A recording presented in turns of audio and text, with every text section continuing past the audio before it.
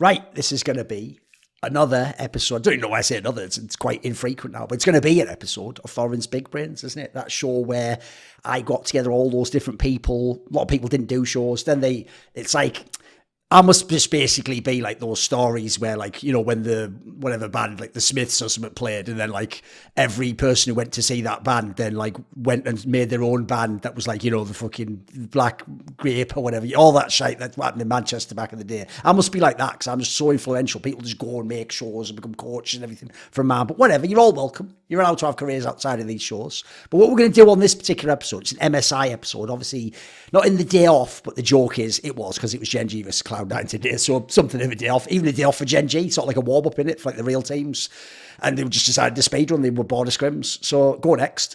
What we're going to do is, instead of going through all the series and going game by game and the minutiae and I think what we do instead is like every other show's going to do that. And I actually think there's too many series and too many of them weren't good. So what I'd rather do is we will preview some of the other series coming up and some of the potential ones, who's going to win and who the best teams are, because obviously they're the best teams to talk about anyway. But I thought what we could do with some of the other teams is do things like make it like a general summary, like how good was this team overall at MSI? What flaws do they have? Like, should they even have been considered good? Stylistic aspects. There's a few. I thought with each team we can take whatever's fun. We can chuck away the parts that aren't. We don't have to go into every player, even if people don't want to. So what I thought we'd do is we'll do some of the Western teams first, because I know what the viewers like. I know that you all pretend to watch the LCK and the LPL, but then you do just say stuff constantly that shows you don't. Like, you basically just don't know that certain players play champions. You also, apparently, I mean, there's one thing we start with here. Apparently, after all these years of people telling me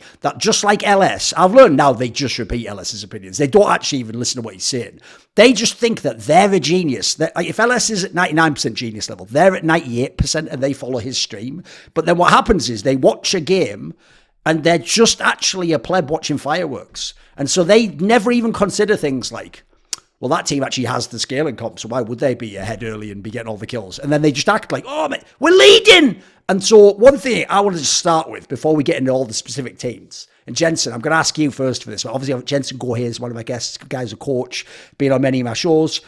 And Rich here obviously works with an agency and does the show Side Select, and used to, a long time ago, be involved with H2k. One of the areas I want to start with, Jensen, is I genuinely found it so insane the way that it wasn't even just plebs. It wasn't just fans. It wasn't even just the casters, by the way. The casters can do their own problems. You can get caught you can be what you call a prisoner of the moment, and you get caught up in the recency of the last game. It wasn't even that. Dude, even analysts I really respect, the way they described all these Western games was like, we're all just throwing every game. And it's like, that's... Like, I don't consider myself a macro genius. I don't consider myself a draft specialist, but this seemed so telegraphed to me. Like, yeah, listen, you certainly got some early kills in some games. Sometimes you may be like in a 2v2 bot lane, like got the better of it, suddenly out of nowhere. But the amount of these games where it was like, I was just waiting for the Asian team to come back to me. I could have set my watch by it. And then I would see them. This is the craziest thing in terms of the broadcast people. I actually think the broadcast fucked up the meta and the way of telling the story worse than any international tournament I've ever seen. And here's why. Because what they would do for real is they would see a team get ahead with the better early comp, get the kills, maybe even get like a dragon or something, win one like skirmish / team fight, and then the Asian team, even no matter what comp they had, would literally like gods out team fight constantly their way back into the game and then win the game. And every time, by the way, it got to even ground, they'd win one team fight and wipe the whole fucking team and just end the game, end the entire game. And this was being described as throws, and for real, it was being talked about as though like, oh, we should have won that. It's like, bro, could you imagine if you reversed it, by the way? Because I remember what G2 used to do this in 2019. Imagine if they were behind all the time. Imagine if they were overcoming team fight odds it should never be in. You would be going crazy for the team that's behind. You'd be like, this is the greatest thing I've ever seen. It's all, I couldn't believe, like, because essentially my complaint is this. I found a way to crystallize it. I'm from CSGO. You're supposed to just be a world-class analyst at the World Championship doing the best teams. That's not what I'm watching. I'm I'm watching an LCS LEC fan-catered broadcast, which is there to pump you up on any angle that the LEC or LCS team has. And in fact, not downplay the Asian team, but they will never get the same hype to the same degree. And the broadcast is skewed to, if it's possible that your team's winning, that's who they go with. So, Jensen, what have you thought of like the way the meta's unfolded and the kind of, because this dynamic, the joke is it's almost the same for every series. It's like Western team maybe gets some early kills and do something weird in draft. The Asian team just sort of, if there was a throw, they certainly catch the motherfucker every time. They're the greatest like pit stop of all time in baseball. What has your thought been of this tournament? It seems like one of the most like meta-defined tournaments I've ever seen, mate. I think there's a few factors towards this. We'll talk a little bit about how well defined the meta is at the moment, because I think that there's one team in the tournament that's playing at a level above everybody else at this point. Okay. But in terms of how much of this is an element of throwing, there is definitely that element, right? Some of these things are these teams, they're just maybe if you pressure it, because scrims are just going terribly against at MSI, you can't really tell what's happening. But if you pressure to, we've got to start the Nash, we've got to make some of these plays, and it feels really forced from that side. So it is definitely the nature of the teams that would draft towards having agency, right? And it's not technically untrue to say that it's a troll. But it is also on the other side to really identify that, okay, this is where, say, for JDG, the ruler is really doing and punching way above his weight class, that this is what the small things that Knight is doing that's getting them into these places that they're not necessarily doing it. Or Monty's favorite example of how Chovy is very actively always pushing the wave in the neutral state that is forcing these Western teams to feel so pressured. I think right now, there's this idea that all these Asian teams, or rather, especially the Korean teams, there's this mentality that they're just like playing to farm and they're playing to scale, which, once again, there's always these elements of truth to it, but the way that they're pressuring the map has really evolved, and it's putting a lot of these Asian teams on the ropes as well. And I think it's also kind of interesting that all 4 Western teams that went to MSI this year actually went, it is the first time, right, that the Western teams going to MSI didn't get there by just sitting back and scaling. It's the first time that all the Western teams are going, playing this more high agency style, which was definitely rewarded by the meta during the spring playoffs. And we are seeing a result of that. Like G2, I think somewhere in the internal scrim meta, they were playing the Nautilus, Nidalee, and things. And they had lots of success with it, and people are starting to adapt towards these strategies as well. And as a result of that, when it comes to converting the leads, if you've watched the LPL long enough, the LPL goal graph itself is a meme, right? Where it's like one team is just winning the game. They're like 10k hit at 20 minutes, and they somehow find a way to lose the game. And if you've watched the LPL for the last 3 years, you start to realize that things like goal leads are fake, right? That the idea of a lot of the usual metrics that casters use to describe kills is the classic one, right? true. Kills are pretty fake. Yeah. Right, like a team can be down like 10 kills, but they're still like up like 3k goal, or they have like complete control of the map because all the side lanes are pushed in and things like that. And that's one of the things that the Western teams don't necessarily understand, is that these Asian teams, they actually are okay dying on the side lane as long as they get the wave. And I think that this is one of the things that, I mean, the joke here is that if LEC team actually put the Baus in and had him play top lane for them for like 2 weeks and just have him play on stage, they would just unlock this part of like, oh wow, the game can actually be played in this way and not just as a meme way of Baus like farming content on the ladder and stuff. So that's one of the things that the casters, this idea of like, how do you track who's ahead in the game, right? There's different models for doing that, and the most the most intuitive way to do it is like, you look at the screen, okay, one number is greater than the other, therefore this team is ahead. But like going back to the LPL goal graph, it's fake news, you know?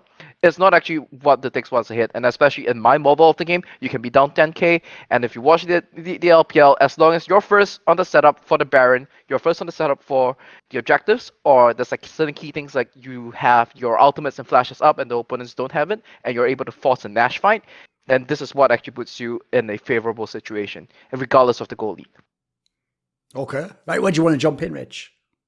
Yeah, I mean, I slightly disagree. I mean, inherently, I have to agree, because when you obviously like use phrases like elements of truth or whatever, of course, like there is elements of throws and what have you and everything. But I do side more with the sort of contention that the games are just going how they're meant to go. And I really don't understand why, if a team picks for early game and another team picks for late game, why there's any element of surprise at the certain point in time when the game flicks from early game to late game, or mid game into late game, that things start to look different. I find that really weird. I mean, if you take Mad Lions, for example, when they played T1, I mean, they picked Lee Sin twice. They did I believe in game 2, they did a cheese at the Scuttle Bush and got like a 1 kill lead for Xayah. So Xayah goes into the bot lane with. So yeah, they win the early game. Like they're playing hyper early game comps. They're doing things which are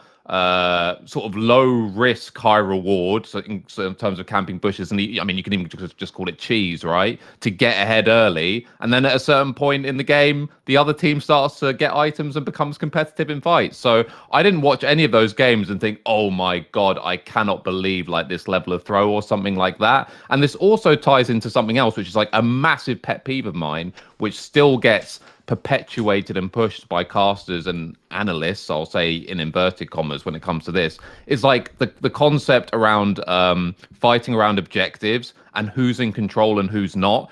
And to my mind, there are very few, or I wouldn't say very few, but there are only certain situations where something can constitute being a dragon steal or a baron steal, and that's when the team hasn't gone in, taken up all the required space, placed all the vision, cleared out all enemy vision, and has complete control of the pit. Maybe they've got someone on the enemy team who can jump into the pit, so you've got to counter that and whatever, get rid of the blast cone and have someone who can CC them when it's smite time or whatever.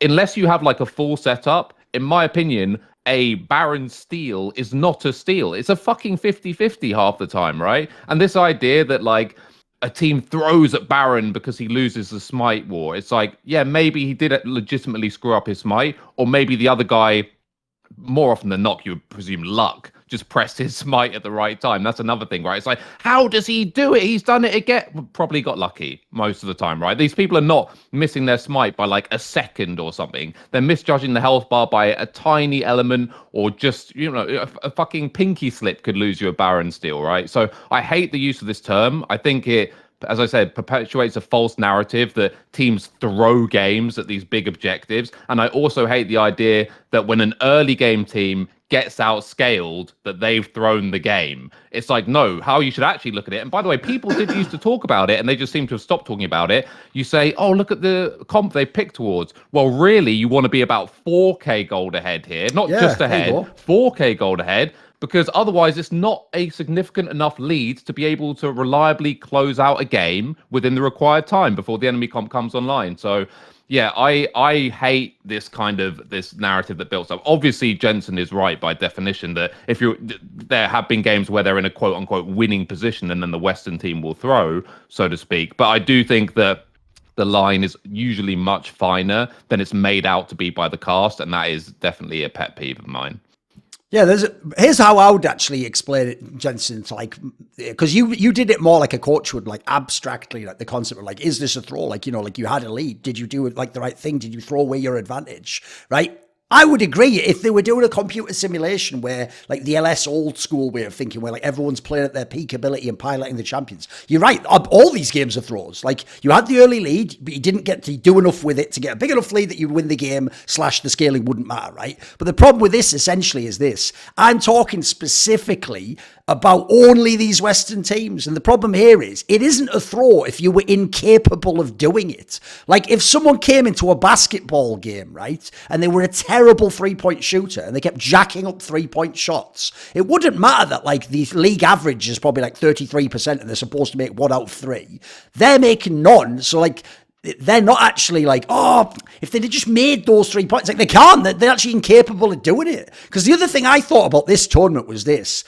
I know there was this hype about G2 with scrims and stuff. Like, I do not know what was going on in those scrims. Or it has to be almost a vibe to me that a scrim is like just 15 minutes. And if you get far enough ahead, go next or some shit. Because I cannot believe they were playing real 30-minute games in these scrims. And the reason why I have to say that is because, one, LS nailed this on like week 1 of the tournament, by the way. You can go back and have a look.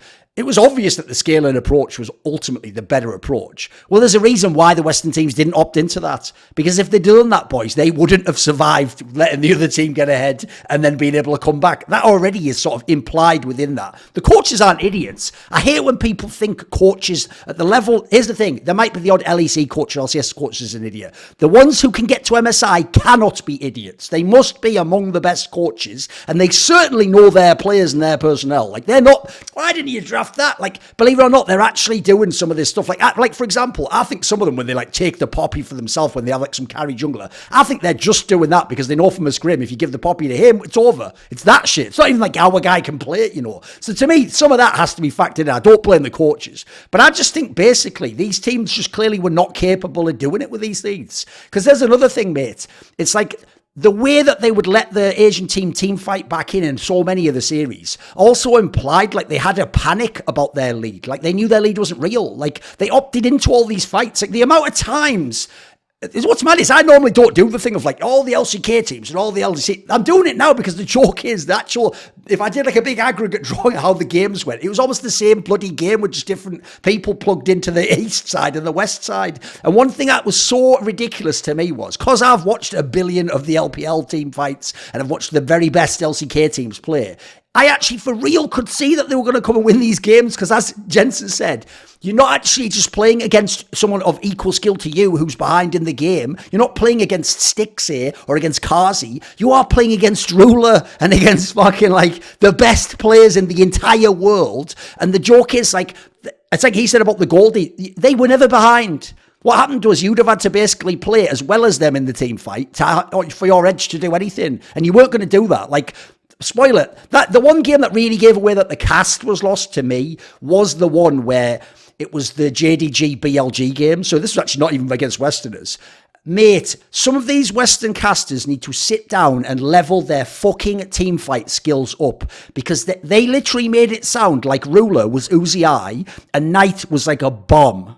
And I'm no joke, he had that Syndra game was like, if you've ever seen that champion played, you know how immobile it is, you know how you'd have to time perfectly. Every idiot's like playing solo queue. No, it's just a head, you just do the combo, it all bloody blows everything up. If you do that, they all jump on you, you're dead immediately. Now Ruler's not killing anything, mate. The way they like sort of let Ruler get all the kills, but then Knight would just go around and then in and out and choose when to stone and when to come back. This was like a mask. The cast never got any of it. They never got any of it. They never said his name and they never said Syndra. You would really have just thought it was Uzi Eye 1v9. You know, it's like some old narrative just built over the top. So, like, I found it weird. Like, Jensen, what do you think about this angle? Because, like I say, when you go to the specifics of these teams, I think some of them just weren't capable, mate. Like, in a minute, we might even talk about who would you replace or what do you do differently, because I don't think it is the case that, like, I don't believe coaches played all these scrims and just didn't understand anything about the meta and just morons. I think they knew they didn't have the tools to make it work. I think they really gave it their best shot in a fucked up sense. Like, that's why that first Mad Lions T1 game, in a way, was the best they ever got, wasn't it? It's like that game and the G2 game was sort of like, what? It sort of worked if everything went well. But if it didn't, then we got our red kicked in. What do you think?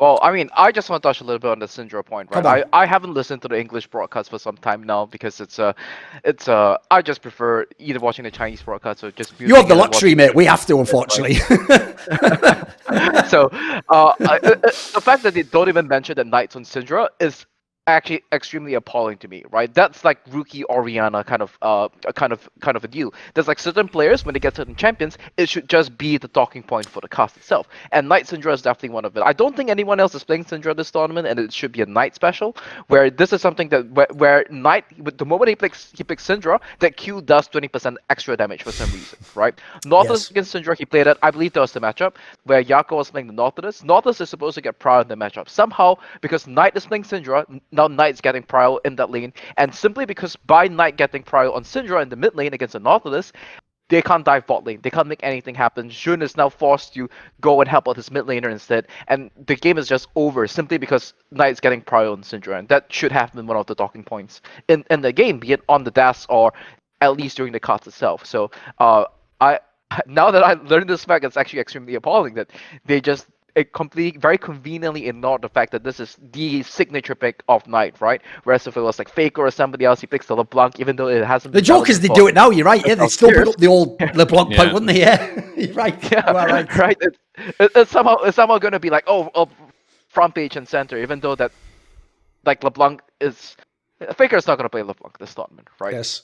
And so, and the other thing is with regards to the way that the coaches see the game and things like that. I mean, this kind of brings me into my point about T1, right? I think T1 is the best team at the tournament right now, and they are actually they're still playing this very proactive style. And it is true that agency is in your court, and you have to be able to convert that agency into a win. So it's the question of, do you want to have that agency and feel like we are doing something, or do you want to be in the position where you have no agency and you're waiting to find ways back into the game? And then that comes into the level where as to the reason why I think T1's performing above everybody else, because I think they can play both sides of the dynamic very well at this point, and they have some very opponent-specific tactics that they're employing on the map to achieve that. So people who look at the Mad Lions game, right, they see the first game and said, oh, it's a troll for Mad Lions, and then, okay, let's roll back. Let's pick. What did they do in the third game? Was it Ezreal Karma in the bot lane? They tried to go for some scaling option, right? It wasn't Ezreal Karma. It was like Ezreal, and it was a more passive composition for them. And they were just getting absolutely rolled by T1. And this is probably what's happening in the scrims as well, where they're going in there.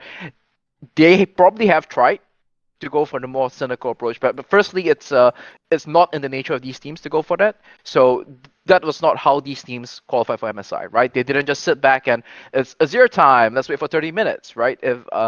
So they're not like changing up the playstyle and trying to copy how the Asian teams are playing. They know that this is what got them here in the first place, and they probably tried it in scrims, and the scrims look like that Mad Lions versus T1 game 3, where they're just losing in 16 minutes, right? It's not like, oh, in 16 minutes, okay, let's call FF and then we go Nexus. The Nexus is literally going down the moment Okay. the opponent team summons the second Rift Herald.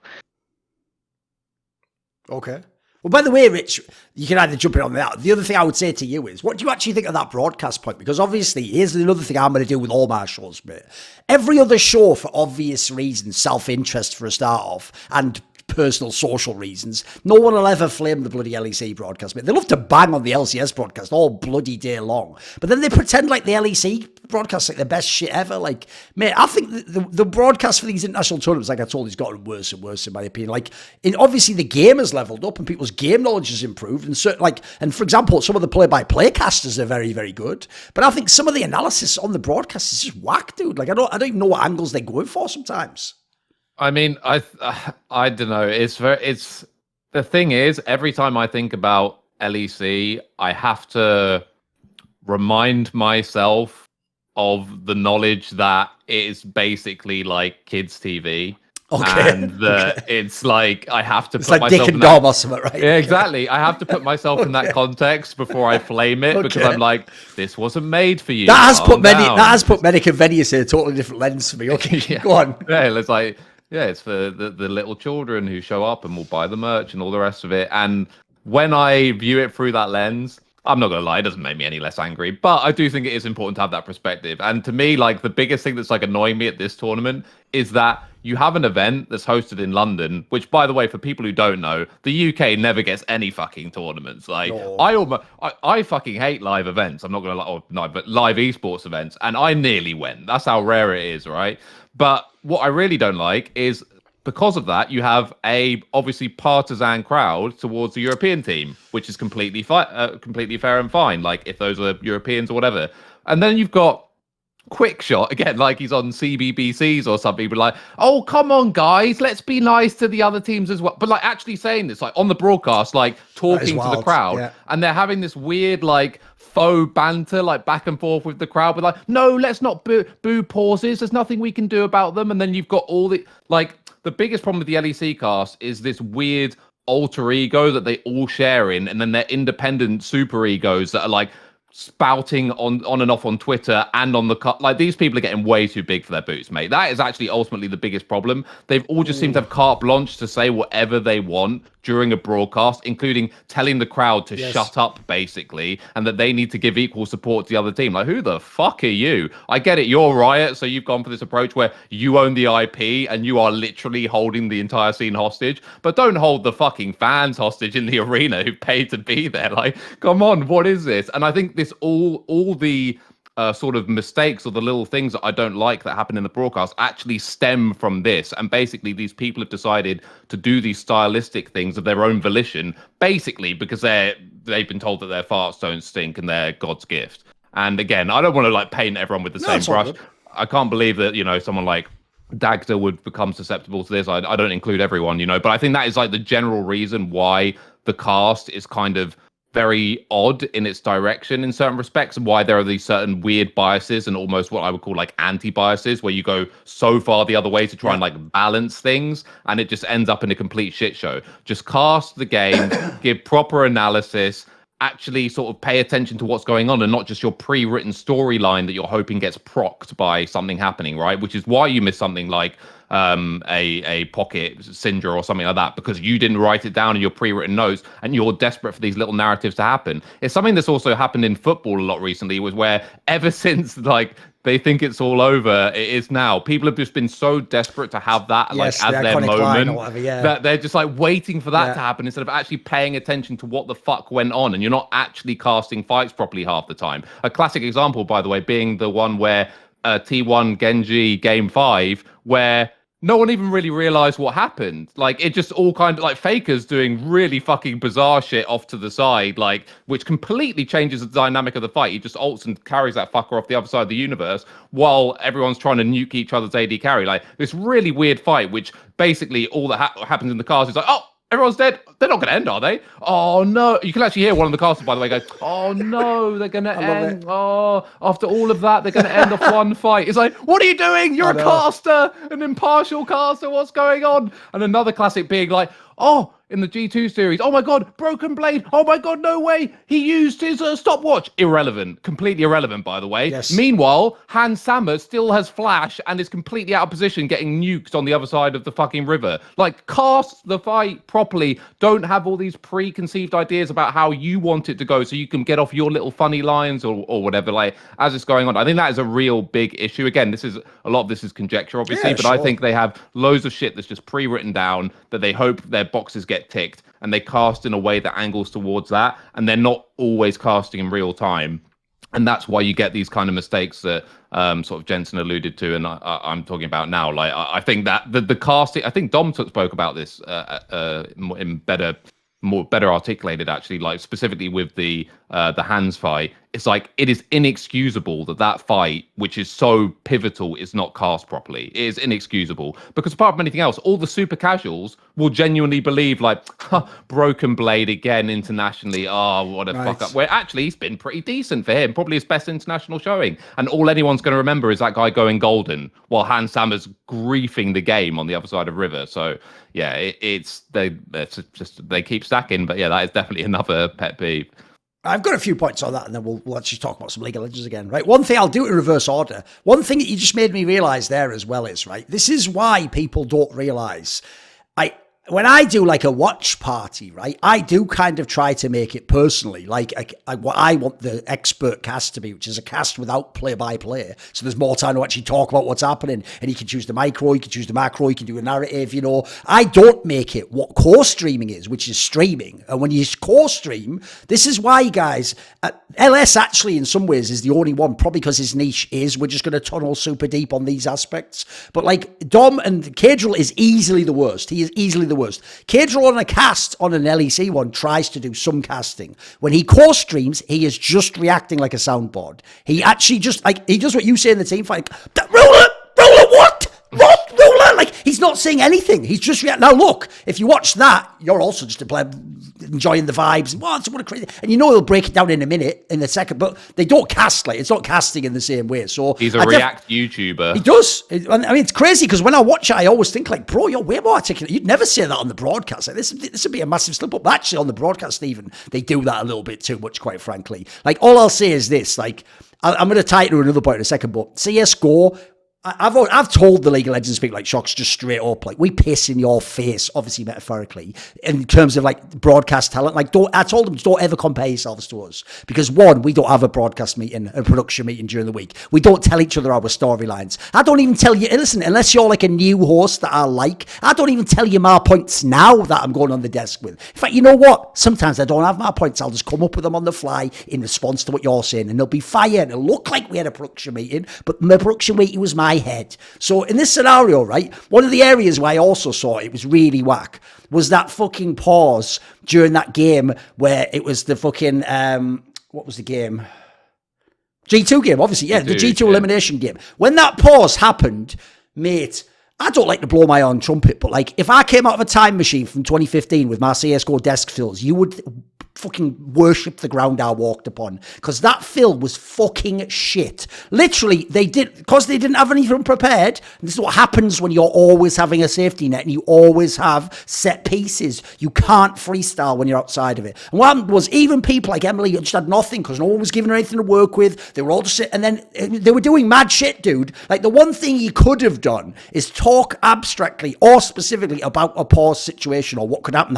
And they kept saying, because they were so scared, because it's a Riot game, that the chrono break thing would or wouldn't work, and therefore it would change the outcome. And they might have said, like, oh, it'd be really unfair if, like, he actually was killed at that moment. And then they caught themselves. I don't know if people noticed, and they were going like, we shouldn't speculate actually at all.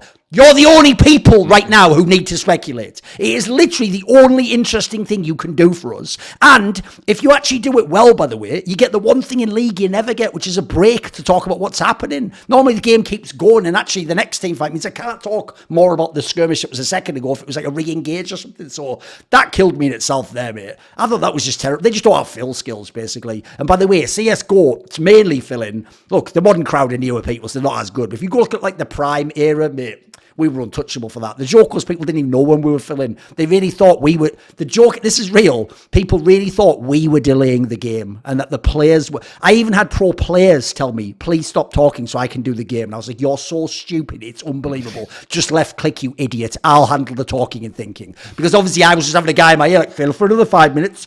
Oh, sorry, 10 minutes. Oh, actually, it's 1 minute. You know, and I was just having to make it look smooth. And then, yeah, I think that is what they'll do on Inferno. So anyway, to bring it back, let's talk about some of the Western teams. But what I thought we'd do, like I said, is we're not going to do all the games. I thought the best thing would be, a bit like what Rich did there, let's actually consider what were the expectations, who overperformed, who underperformed.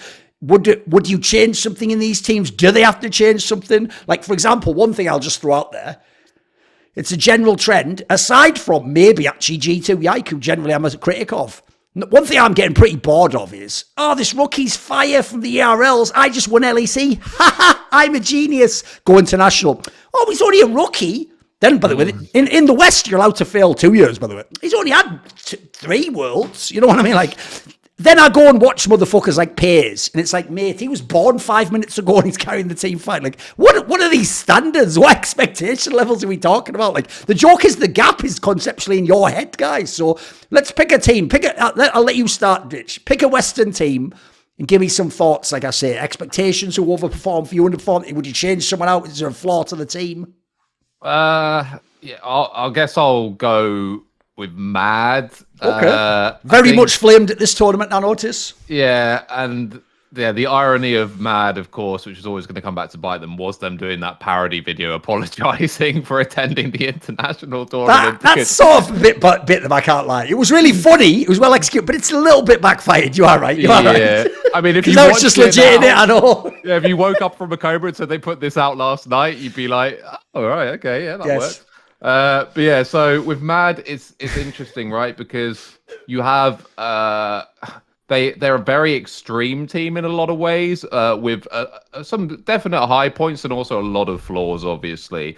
I would say, weirdly, the biggest disappointment was probably Chasey. Reason being is that he came off, I think me and you both had him as our best top laner of the split. Very solid split, particularly in playoffs. And he should have been like a reliably very strong piece, even if you don't expect him to like body Eastern top laners or whatever, who historically have always been exceptionally good, at least to like hold serve, let's say. And I really don't feel like he did that. Whereas the other pieces, none of them surprised us, I would argue. Alyoya is by far their best player, and they clearly identified their win condition towards what you both suggested as well, which is, we're going to go hard early. We're going to put him on the Lee Sin. We can't match what the Asian teams are doing with scaling. So surely the best possible win condition is Alyoya pops off on Lee Sin or something like that. Makes complete sense, right? And by the way, Alyoya did actually play very well in certain games. So he was a known quantity. Then you go to the bot lane and it's like, okay, you've got the Jekyll and Hyde bot lane.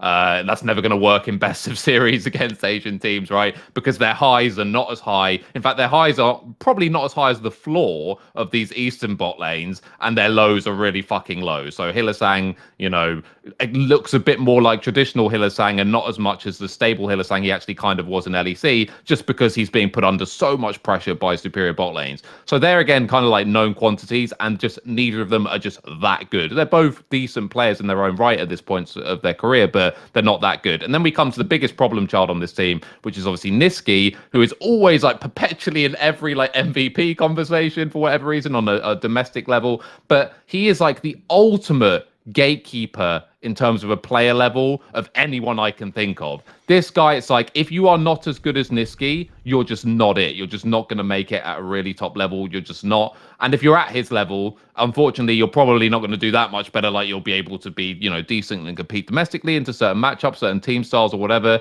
And, you know, you'll even be given a jungler as elite as Elyoya. People may think of you as the best mid laner for some reason. But really, you've got to be better than Niski to perform at a top international level. You do. He's just not that good. He is a 7 out of 10 mid laner, again, in the context of Elite League of Legends, who every now and then on certain picks and so on can go slightly beyond that. But unfortunately, again, mid is just a position in international play where that is nowhere near good enough. And the only mid laner who was probably like worse than him at this tournament, sort of pound for pound, was Caps. So, yeah, I think on this team, if we're talking in the context as we are of international, Niski would have to be the first name to go. Like, even given the lows that Hilasan can have, the lows that Kazdis can have, their peaks are both higher for me than Niski, especially when you compare them to international counterparts. And I just think that they need a new mid. Unfortunately, this is all on the background of, again, and this isn't leaking anything. This is like completely the most open secret in the industry. Like, Elyoya's leaving at the end of the year. Like, so I don't really know what you do with this team. By far, your best player is going to leave. So it would be easy for me to say, oh well, maybe they can just you know, try and get Larson or something. It's like, yeah, but fucking Elyoya's gone then. So then what? Like, we have to bring in Caesar Milan to teach Selfmade how to be a human or something. Like, what's going on? Like, I don't really know how you fix this team from that standpoint.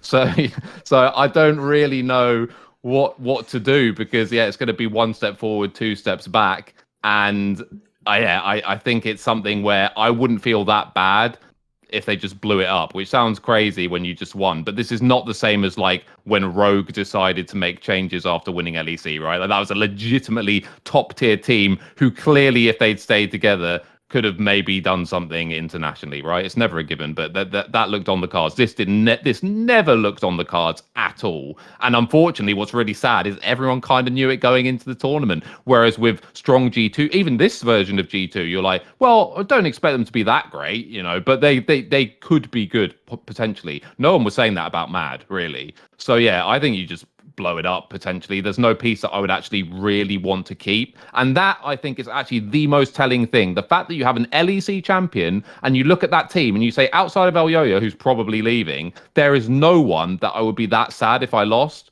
That's got to tell you something, surely. Like, you've got to feel more confident in your pieces going forward. So yeah, I don't really know what I would do in that sense. But I just feel that there are no elements here where I'm like, if they just change this or tweak that, they can do something internationally. I think you blow it up, quite honestly. What do you think of Mad Lions, Jensen? I think I have to disagree about the analysis about Niski over there, right? And if you play a facilitated position, which is what Niski usually does, he plays the Cassante, he plays the Gragas, he plays a more of like a Dolan style of League of Legends, and your top lane is just inting the living lights out of the game. It's very difficult for you to look good in any capacity, right? It's like Yakao. Sorry, not the Yakao example is a bad one, because that's the one where he was playing badly. But if Chasey is playing his lane under par, if your bot lane is a Jack and Hyde bot lane, half the time you aren't really sure what's going to be happening over there, and then there's individual skill differences happening in the side lanes. The only person you can really play for ends up being a jungle, who also has to eventually play into one of those side lanes as well. So I wouldn't look at this international thing and use that as a black mark on Niski's performance. If I were to look at this team, I would have to say that so once again is looking at this from a coaching lens, right? The problem person in this international tournament was Chasey. Is this something that we have to change? Is this something that could be fixed in the future? Is it because he felt sick? He's feeling pressured because he's playing against other Korean top laners and things like that? Or what's causing this big underperformance? Do we necessarily need to make a change over here? And of course, the simplest answer is this person played badly, so therefore we have to change him. But it's one of the things where I think he showed enough during the regular split of the LEC, where if this team wants to continue to do well, I'd say that once again there might be a little bit of the double standards, right, in terms of like talking about giving him more time. But I think that has to be what happens here for this team, right? They came here to MSI, they got completely blasted. They take the learning experiences and then they run it back again next time. There's only one person I really think that this team has to change, but from what I understand about the way they view roster construction, it would happen is the AD carry, right? Karzi has, you cannot play at this level and expect to do anything internationally, which is something similar to Golden Gardens as well. But this is someone who is so integral to team culture and what it means for Mad Lions to function as a team. So if you were to change him, it's probably going to be like, it wouldn't necessarily be a strict upgrade, because while you might upgrade in terms of skill, you lose the other intangibles that the coaching staff likes to talk about that might actually help the team recover from 8th place and win the LEC split in itself. And there's always that aspect of the game to it as well. Right, Can I just ask a tiny retort? I think it's all well and good saying, therefore, maybe I wouldn't replace anyone, but do you believe that this team could ever be capable of doing anything like internationally? Like, because for me to agree with your answer, that would surely have to be on the basis that the conclusion is therefore it would not be unreasonable in X amount of time that this team like levels up internationally. Do you believe that's possible? Because I do not see any path for those 5 players where they're just suddenly decent internationally. I would say that the expectations of this team would not be to do well internationally. The expectations for the team would be to qualify. And then once they go internationally, they get 1 or 2 wins and they can celebrate those 1 or 2 wins. It's not the team that you're going to have this, and with the budget that they have, at least once again, right, from a limited understanding of what I think they said it in interviews as well, is that this is not a team that is trying to make semis or finals at Worlds. This is a team that's trying to do well enough in the LEC, and then if they make Worlds, that is the prize itself. This actually segues into what I was going to say, which is, in my opinion, without skipping into talking about Golden Guardians and Mad Lions, in my opinion, Golden Guardians didn't get much flamed, but neither of them should be flamed in the context of who their org is, like Jensen just said, who the players are and what the coaching staff is working with. Their success, and you cannot take it away from them, is Mad Lions won the split. That shouldn't even have happened, by the way. I mean, if you go back, and I'll say it for the millionth time, if Reckless hits the Nexus without flashing, right, look, obviously, yes, probability exists and unlikely things, like if you let someone, it happens in Counter-Strike all the time, if you let someone survive a map, suddenly they might win the tournament. But the point is, if I stopped it right there and said, right, actually, right, look, Reckless hits the Nexus, end defeat, wait a second, rewind, right, if Reckless dies here, they win this game, right? Do they go and win LEC? Nobody says that. The joke is even Mad Lions probably wouldn't say that. Even they were setting it up for we're probably going to lose to G2. Like, they were never supposed to be here. So it's more extreme with Golden Guardians, but neither team is even supposed to be at MSI. And as Jensen says, if you actually look at what they're working with, if they are the 3rd team from their region for Worlds, they've nailed it. That coaching staff might be the coaching staff of the split in that analogy, like they've killed it. Great job. Awesome. So as a result, you did this thing that I actually think is really fucking wild in esports, because analysts are incapable of applying this lens for some reason, right? Basically, if in Counter-Strike, we have this thing where one player really can carry a game in the way that we don't have comps and stuff like if you're just really a godlike player and you're on that day, it's like football. You can just score 3 goals. It doesn't really matter what the defense is doing. Like, you can just be a god. Now, if you do that, the worst thing you can ever do to a fan is win like a semi-final where you have no business winning it, but you just win it single-handedly. Go to a final against an even better team and get shit on and not be able to carry the game, because fans will say you are a bum for how you played in the final. So the joke is, if you just scored almost as many goals in the semi and lost, everyone would remember your awesome individual performance. The Ghost team wasn't even supposed to be there anyway. But it's like when you win, then you just get flamed for where you're not even supposed to be. You then underperform. That's why expectations are everything to me. So for Mad Lions to bring it all back, the problem really is obviously they actually, in some ways, tripped over, stumbled, backdoored their way into a team that even conceivably could win the LEC. That's why I feel like they are a bit trapped. And also, quite frankly, I just don't think the mindset of that coaching staff is the type of mindset to win international tournaments. It is more like they're teachers, they're people who evolve a style, they're people who are willing to make the compromise of like, Carsey isn't good in this sense, but he brings these intangibles we don't. If you don't notice, guys, Mac was a protege of Peter Dunn, and Peter Dunn all day and all night will find a way to defend Ruby, and to defend Jack Spectra. He'll find a way that they're doing something. I'm not in his team, and I don't have to care about those players, so I can be the dick who goes, I don't give a flying fuck what Ruby adds to the team. Get me leader, who might even be, he's not, but let's say he was the biggest toxic asshole ever. I'll basically tell him, calm your ego down a bit, but here's the Korean barbecue for winning, instead of like, well, Ruby, you did, you know what I mean? Like, shut the fuck up. I'm not the coach, so I don't have to do that. So in context, if you look at Mad, my problem is this. Niski is someone where if his team doesn't overperform every now and then, and he didn't have an El Yoya or an Upset and Hillesang in the bot lane, if he didn't have those players, then I could actually just celebrate this motherfucker. Like, I actually don't want to hate on him anymore. That was years ago when he just had that one style, and I was talking about how all the strong mid laners are better than him. Now I actually think he does actually have a better understanding, because it's actually a modern style you see Faker Zhao who do all the time. He does understand how to play the map. He knows how to help teammates. That's quite rare in the West. I want to give him props. I want to say he's improved year on year on year. But if you put him against either people who are just better than him, like Faker, who's just his everything he has, plus more, plus he's Faker, and you're not, you're going to look shit. And then secondly, if anything goes wrong in the game, he's not the hard carry mid laner, so it's over. Like, as we're saying here, Kazi was, by the way, the reason why you should never have had a moment's hope in Mad Lions is look how this game has... Every single game is about the ADC just fucking killing and being peeled for. That isn't even Kazi's game. They don't even do that for Kazi. The joke of Kazi is he's not even really that sort of an ADC. Doesn't even pick that way. Even if he picks Aphelios, he can't play it. You know what I mean? There's a million factors as to why it wasn't even fair to expect him to do it. And then also, once he's gone, and Niski's gone, at that point, Chasey actually has to be like fucking primed the shy, mate, or we haven't even got a chance. And then, by the way, if we've got no lanes have a chance, and we can't do anything in team fights, I understand Del Yoya was supposed to be in G2, and this actually should have been an awesome tournament where they'd have him, you know.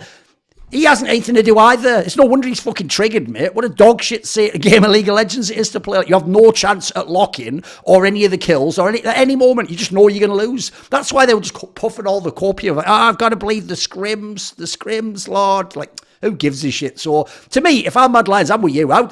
If I had unlimited money, I'd replace loads of the players.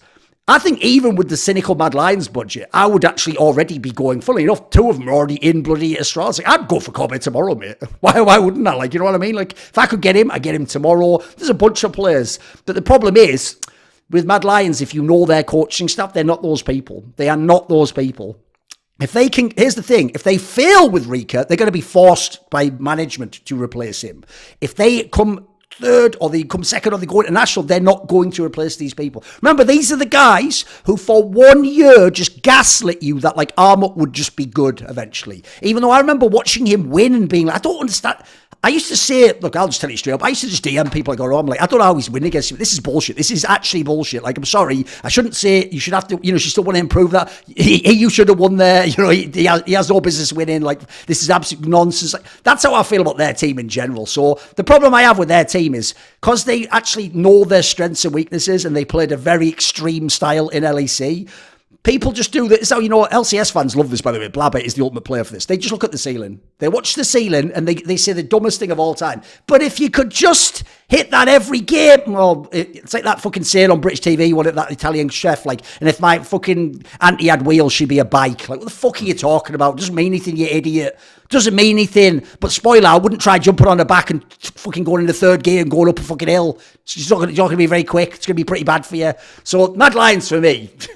Essentially, probably should keep that line up, bearing in mind the money they've got and who the coaching staff is. The problem really is, I'll turn it on the other way. That's why I made the joke that I'm just blaming it all on Reckless. In a way I am. Like, here's who I blame for Mad Lions. BDS, Vitality, G2 themselves. Oh, wait a minute, guys. You're all, we all loved G2 in the end. They're the bozos that made Mad Lions come here. Them and Reckless made these motherfuckers be here. Remember, when they beat G2, if Vitality or BDS beat there's no Mad Lions here. There's no Mad Lions here, guys. And by the way, the one last thing I'll say on the Mad Lions topic is this. Oh, baby Nuke and Adam, did you get a fucking reprieve of a death sentence by the warden? You missed so many bullets, it's crazy. Because I wanted that moment where I could just come out and shit all over you. And if you'd have qualified for this MSI, you would have been zipped the fuck up worse than Mad Lions at the end of those series, mate. You would have been, Adam would have had his head smashed to oblivion. And Nook, you would have found out what that tweet said, like what reality's like. You would not have even be able to cope with it. And sadly, it'd be Crowley that was with the El Yoya face, wouldn't it? Fucking messaging LS like, bloody hell, need a better team. And sending his minions and trucks after you all. So there's the Mad Lion one. Should we pivot now? What about this, Jensen? You pick a team. Pick another Western team. Who's interesting to you? I actually think that Golden Guardians, I think that they played decently well, but there's like some very key fatal flaws in the way that the team plays, right? I know that people have gone on and talks about how it's actually kind of cringe that the NA broadcast was going and doing a victory lap when literally this team took PSG's 2 best players. Yeah, exactly. and beat them directly. Exactly. That's like if our football team goes and plays the rich kid and we beat them one year. Next year, they just sign our 2 best players. Then they're like, you fucking underdogs. You're shit compared to... You just bought our players. They're our players. No, I agree. They're PSG players. If anything, it actually proves like the flaws within NA that you take 2 players from PSG and then now they're carrying an NA team to go to an international tournament, right? So I thought that was in such bad taste when the NA casters were doing a victory lap when it was a very decisive trio over PSG. And unlike Mad Lions, where Mad Lions actually suffered from success and they didn't even get the chance to play in the play-in stage or the I don't know what it's called these days, right? But Golden Guardians actually had the chance to go in there, play games against teams that were not called T1 and not called G2, and actually look half decent playing against these teams as well. And I think River and Gory are definitely standout players in this team. I think that Licorice is playing some of the best League of Legends in his career right now. It was a very big surprise that Licorice stepped up the way that he did in this tournament. I don't think a lot of people were expecting him to be able to hold his own against the likes of Bin even. I think he even got a solo kill in Bin, right, in one of the games. And it was a huge overperformance from Licorice. But this is, once again, right, if you look at the AD carry role and where they are in the meta, this is where the big question marks appear again, right? And it's the same thing as Golden Guardians. You aren't going to make that change because this is what helped you get here in the first place. It wasn't necessarily within your expectations. And you don't look at this, and I mean, there's going to be lots of fans now, especially if Golden Guardians makes Worlds and they do a repeat of this thing because it's likely to be a similar scenario that are going to be calling for 6A to be replaced and trying to get a new AD carry and things like that. It's almost cursed, right? Because within the context of you just watched the LCS, 6A was a very viable AD carry. When 6A is playing against the likes of Rainbow 7 and things like that, he actually looks pretty good. But once you're playing against the likes of Ruler, once you're playing against the likes of these top elite Asian AD carries, even Elk, who I would say is the weakest ADC remaining in this tournament, he's getting outclassed by such a large margin. It's actually unreal. And for similar reasons as Karzi, if this team wants to do things internationally, the AD carry position definitely needs an upgrade. This is something that maybe you can coach it. I would say that there's some key tactical flaws in the way that they're playing. That's leaving Stixay very isolated, that he's not able to connect into the play in the side lane, where they always go for this 3-1-1, where Stixay is always catching this mid wave. But I thought that in terms of very intelligently trading away from where the opponents were, very intelligent usage of second Rift Herald, there were a lot of positives that I saw from this Golden Guardians teams that I used to not see from any of the Western teams in the past. So I was, even though they didn't do any damage at all on the main stage, I was actually quite happy watching them play in general. All right, Rich? Yeah, I mean, I would co-sign most of that. For me, I think just because Jason didn't mention him, I actually thought he even had some moments as well where I thought he looked pretty good, even against other good supports. I do think that the AD carry role, unfortunately, it's like this 2-pronged monster, right? First of all, the meta is play to bot side, so well fuck. And secondly, you are at a tournament with 3 of, I don't know, let's say the 7 best AD carries in the world, and spoiler alert, Stixay is not one of them. So yeah, it's just basically in a best of, you just cannot win. Like, I don't think you can win in a bot-centric meta unless you have ludicrous advantages elsewhere, which obviously you don't. As Jensen said, Licorice like performed probably the best he's ever played, like pound for pound in any event ever. River is an interesting one because people who have short memories will forget, but he was not very good on Dignitas for like a long period of time. There were certain points in time where he was seen as maybe like not a good use of an import slot. That was not that long ago, but I think he's really looked a lot better, particularly this tournament, also in LCS. And yeah, I mean, they have, again, like, I guess the way I answered the question on Mad was a little bit different from Jensen, from the perspective of I wasn't viewing it through the lens of like, I am a GM who has some context about their actual budget and so on. You were basically looking at what should like the European number 2 team be like, or number 1 team be like, yeah. And what I would change if I had the ability to do so. So again, if I switch my approach, as I said, to sort of the other approach of like realistically, what can they do with the budget, and they're a North American team? Yeah, not much. Like, you also have to have NA residents, right? So it's not just like, well, maybe they'll just import Ruler and Faker. It's like, it's not going to happen, is it? So it's a tricky one. But I guess the reason why my instinct is to approach it from the other lens is this lens is just so fucking depressing. Like, what am I going to say? NA is bad and will always be bad because they are hamstrung by certain things and also their own incompetence. So they're never going to be able to upgrade Stixay unless a god tier North American AD carry, like the second coming of Double Lift, who doesn't choke internationally, appears or whatever. It's like, it's not going to happen, you know? So I have to think about, you know, what more positively about what can actually, you know, hypothetically be done. And I would say FlyQuest doesn't shit the bed.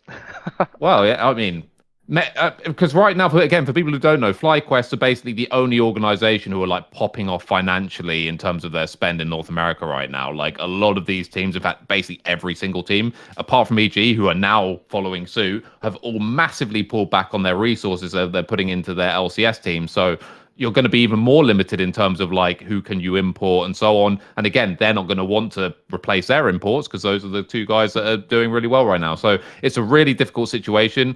I think, yeah, from a GM standpoint, I guess I keep the band together, right? Like, what else can you do? But again, spoiler, they won't do anything internationally that's remotely meaningful. But depends what your goals are. But as I said, I do find it really depressing to talk about most Western teams through the lens of, well, let's hope they qualify again next time. It's like, well, fucking hell, are we just doomed to watch Asian teams the rest of time? Like, I'm not saying that's a bad thing, but you know, I think it's nice to hypothesize about how you could possibly recreate a G2 2019, for example.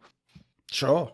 I mean, one thing I'll say, like I said, for the Golden Guardians, I'm going to be way less even critical than I was of the Mad Lions one. Because like I say, like, the difference is, it is basically just like, remember, this one's even worse for me because I actually think when the split began, right, you had FlyQuest as obvious.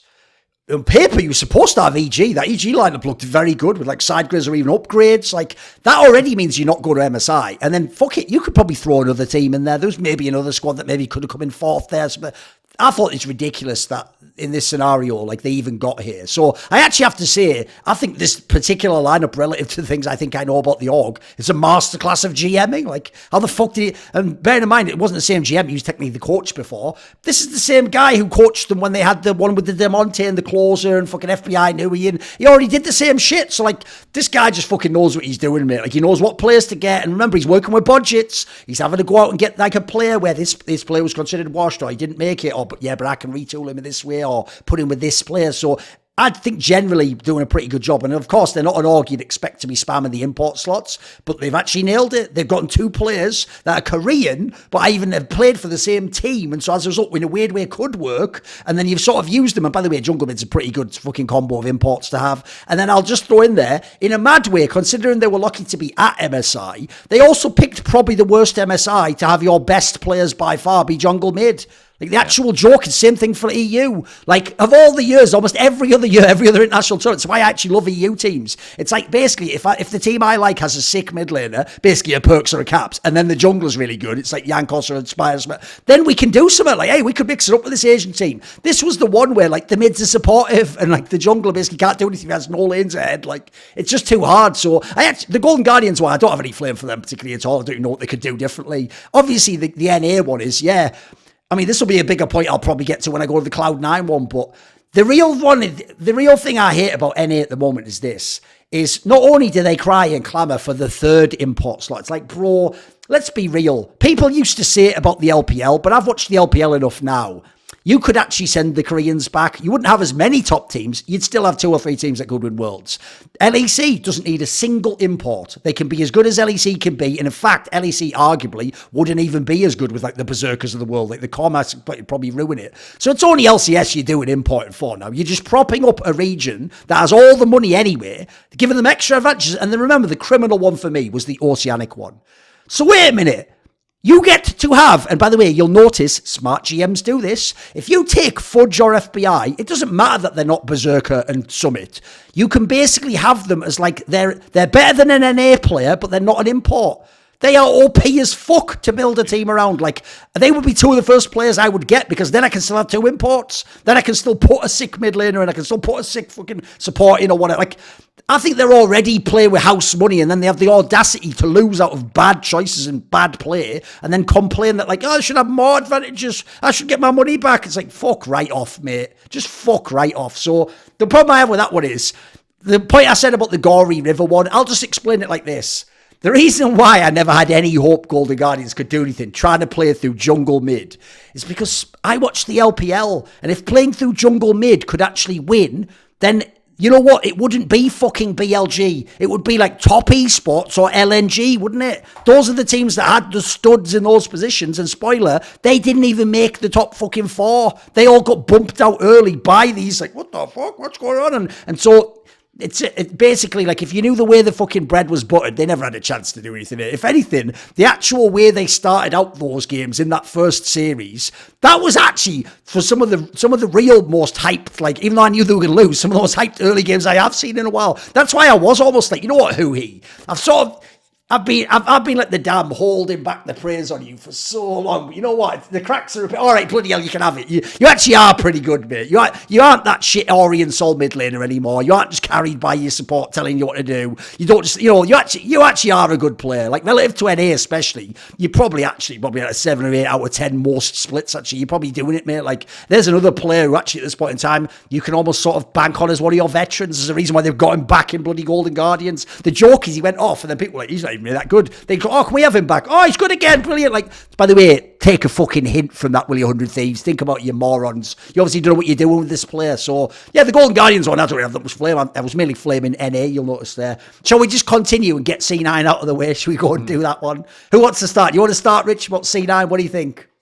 Because let's be real, G2 was the real team people hyped, and in part it's because they have caps, etc. You know, they won the split and Winter and great Scrim record. All that. But let's be real. People, they'll pretend they didn't, but people really thought C9 could do something, mate. They really did. People thought C9 was going to beat BLG. I'll just say that right now. People really did. That was real. That happened. See, I'm gonna do a classic meism and pretend that I'm talking about the topic, but actually I'm just trying to highlight how I got a mega take right, which is who was that guy who was talking about how fucking good Eminez? By the way, again, I'm going to rep myself after this, but how good Eminez was when he was playing in fucking ERLs, and how this guy would easily be one of the best Western mid lane players if he played in LCS or LEC, and then went on to do so pretty effortlessly. But what I would say is he's been my biggest disappointment at this tournament, in the sense that if they were going to stand a chance, obviously big performances from him and Berserker would have to be it, right? Like, again, Berserker probably holding serve given the context of the other AD carries that are on the good teams. And obviously there are a bunch of good mid laners as well. But the style that Eminez plays typically, there's an angle there where he could be a difference maker. So far as, I'm not even talking about winning like a best of 5 against a great team or something like that, but getting a game and maybe there's another close game or something like this, it would be because those two were popping off for my money. I've always been, again, kind of like the opposite or the antithesis to Dom, I guess, on like Blabber, where I really I don't get Blabber. Like, I don't get the hype at all. Like, for me, he's never done it internationally. There have been splits in North America where he's been, I guess, the best jungler, sure. But again, it's never been like consistent. He's not been like a Yankos where it's like you know exactly what you're getting floor for floor every time you go into a split. And I go into international tournaments not expecting anything from him. Because if I did, then I've already got 3 pieces on paper that are actually really high level, right? If I've got peak Blabber, if I know I'm getting peak Blabber, Eminez and Berserker, that should be as good as an LEC team, realistically, like internationally at least, I would say. So for me, as I said, the biggest disappointment, because I didn't expect anything from Blabber anyway, was Eminez, who unironically, and go back and watch some of these games if you don't immediately sort of, see what I'm talking about. This guy was like playing for KDA. It was really weird. Like his play style, he's playing super safe in lane, which is like not like him at all. That lots of picks that were by the way, I think you said Jensen that no one else is really playing Syndra. I think one of the only other people who played Syndra was Eminez, and I feel like he played it just so he knew he had like safe laning, and he just didn't do anything with it. And he just kind of sat there and let his team bleed out these leads. And by the way, again, if you followed Eminez's career like I have, this is the complete opposite of how this guy plays. This guy will dive you level 2, 1v1, no fucks given. Like, he is an absolute psychopath maniac. So, yeah, as I said, to me, I was kind of disappointed by that, because I feel like this guy played for himself and played for sort of the trajectory of his career. Probably went into it thinking, this team's not going to do anything internationally. My Korean buddies are going to fuck our team up, and I'm just going to make sure I lead this tournament with as high a individual stock as possible, and no one will be able to look back on this and say, fuck me, Eminez got dumpstered internationally, because I think, ultimately he's probably angling to play eventually on an LCK team. So that, again, obviously a lot of conjecture there, but I really didn't like that. And I think once that had happened, or once that was like a mindset that was locked in, I think the rest of the team was doomed. I don't think it really mattered what else happened on the side.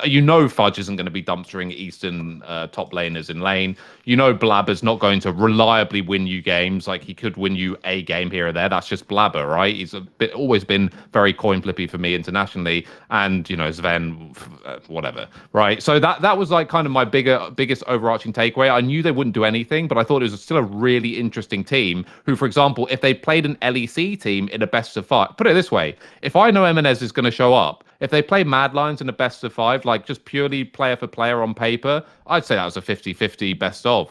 But yeah, I was kind of disappointed, much more so than with Golden Guardians, actually. So yeah, I was really disappointed with C9. Come on, Jensen, hit me. Well, I mean, we have talked a lot about MNS, but so this is a lesser known fact, because I was actually the first person to open the MNS Pandora's box, because the first team they played on outside of a Korea trainee team was in Legacy Esports in the OPL, and that was the team that I was coaching in 2020, and it was aside from all the toxicity issues that has been very closely associated with him, we had to replace him, and at a point of time we were 7-0 in the OPL, and he was basically the front runner to be the MVP, right? This guy makes his living off killing bad mid laners in lane. If you don't know how to lane, MNS will be there. He will kill you 3 times. And consistently, casters who don't really understand much about the game, or the analysts who aren't as good, they'll look at the KDA and they'll think that this is the second coming of Faker. Right, like this guy's just absolutely killing these people because he's playing like an absolute psychopath, and he's forcing his jungler and support to play in improper ways, so to facilitate him in his playstyle, right? And he's probably doing that for some cynical reasons, like what you mentioned. I mean, I cannot say for sure because I haven't gotten it from his mouth itself, but that's like what his friends have translated for him. That is what I've heard his mindset is like, right? Even when he was playing on the XL NLC team, it was something similar as well, where he basically said, I don't respect you guys, I don't respect the competition I'm playing in, so I'm going to play in this way so as to make myself look better. Is he going to do that on Cloud9 when Jack is known for having this iron fist, and he's probably going to issue him an ultimatum and say that, hey, if you have any of this problematic behavior issues, this is your last chance, you will never get a chance like this again. I'm not sure if he will continue to do that on stage. If I'm not sure if that is something that will influence it. But I think that a lot of people who have kind of like followed his career, they're still kind of waiting for the meltdown. But why this is so prophetic, to bring it back to my experience coaching of him, is what convinced me to what convinced the players back then to say that we are actually going to take a role swap top laner. So if you know who Tallywacker is, to play mid lane.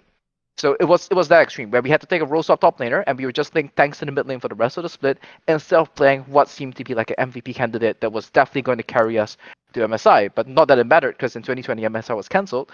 Was that I told the players is that if you play MNS, you guys will 100% win domestically. But what's going to happen is that once you guys go internationally, the conversation will not be about any of you guys. It will only be about MNS and how he's carrying all of you. And you guys are going to go internationally, and do you expect this guy to be able to solo queue Xiaohu, solo queue Faker, or even say the likes of, what was the top level Turkish mid laner at a point of time? Gang by Mom. No, it wasn't Gang by Mom. It was Star Mage or something, right? I don't know. Nobody cares about those players, but you aren't going to expect him to be able to do these same things against that level of competition as well. And then he comes over to the NA, he goes to the NLC, he does all the same things, right? He has these like 17-game pop-off games and things like that. But the same flaws in this game, where it's very clearly that MNS is always doing his thing, and the rest of the team always has to adapt to what MNS is doing. Like the Jace games you saw him play in the LCS, he's just going in there, he's just on the side lane, and why is he there? It's kind of like going back to the Hylissang thing, right? But he's not even having the same highs or having the same level of creativity as Hylissang. He's just doing his own thing. And you have to force the rest of the team to adapt towards him. And that's a very big liability. So if this is going to be a lower budget team that has the resources to make him work, I would say that this is the right player to have. But if you're Cloud9, and I would say that Cloud9 is a team with international expectations, you can win and you will win domestically just by killing people 2v2 mid, right? You have Blabber, one of the best mechanically sound junglers. You're going to have MNS. You're going to continue to dominate domestic competition, because the mid jungles in NA aren't going to be good enough to stand up to that. But you will never do anything internationally with this combination. The thing is, like, I'll start on the M&S topic since you brought it up. This is the player where obviously I don't follow below the LEC. Like, I'll sometimes watch like ERL games if they're like the team that wins the like, LFL, or if they get deep in the EU Masters, because essentially I just want to see, like, is this guy going to be an LEC next split? He'll probably be on bloody SK Gaming or Mad Lions or something, right? But I don't claim to like follow all the players and stuff. So I knew nothing about this guy, quite frankly, until he was inserted into LCS. Like, actually, I was even thinking the whole time, by the way, like, this is the biggest miss of all time, Jack, that you fucking put the Diplex guy in instead of Jensen. Yeah. Like, mate, think what you like about Jensen, mate. Like, you get out of bed and fucking and win you the fucking league. Like, what were you doing with this guy? So that was a miss and a half. But it's cause, apparently, you had this guy in the wings. And I almost think, because here's the thing, Jack is someone who plays mind games and is smart like that. I think the whole point of the Diplex guy was like, right, essentially, give you a go. If you work out, you work out. If you don't, then cause it's like, M&S, I can give you a chance. If you're gonna behave, you can have a chance in the team. That's like a way smarter way than being like signed to a giant contract. Like, right, you're my mid for this season. Oh fuck, you got me over a barrel because you got all this leverage on me. It's almost like he made him like feel like, oh, I have to play properly. And you know what? That's exactly what it was, by the way. Oh, right. Objectively, that's exactly what happened. Because basically, if you looked, he did then come in like he had something to prove. He had fucking mad pop-offs mechanically. People were like, oh, baby, this is the shit. Like, I thought it was just a Berserker team. But they got Blabber, they got M&S, and they got Berserker. This is the fucking shit. But the problem is, because M&S was smurfing domestically, combined with the worst thing that happened to Cloud9 that split was FlyQuest falling apart piece by piece by piece by piece, and it being only Prince left, who you can't 1v9 a game from fucking AD carry it to this meta, mate. So because of that, it meant they were never actually tested in the playoffs. They just walked through the playoffs, were given the trophy, and then everyone thought of all the pop-offs, like, oh my God, imagine if they might just be so much better than LCS that they're going to go international and be really good. No, what happened is LCS was down here in the basement, and then they just stayed there, and they were good, but they never had to develop, they never had to do anything more. And then I agree with you internationally. I wouldn't even flame him for like, you shit the bed. You didn't even look like you played to win. That was the worst part. You looked like, actually, I could sort of even agree with that. Maybe you were just scared that, like, if I tried to be like the diva or try to like play, it's all about me, and then I shit the bed, maybe that is my career. Maybe they fucking replace me. Maybe the other Jensen gets the call up again and he's suddenly back in Cloud9 again. Or wouldn't be Diplex, would it? Maybe someone else to replace. Because here's the thing, people won't realise that. It's because he cleverly, for those first few years, because he had like the perfect lineup that you didn't have to change, Jack got to look like he was the Mad Lions, friendship, power. He isn't. Jack is probably the most ruthless NA owner ever in League of Legends. I could tell you don't even know half the stories, fans listening now.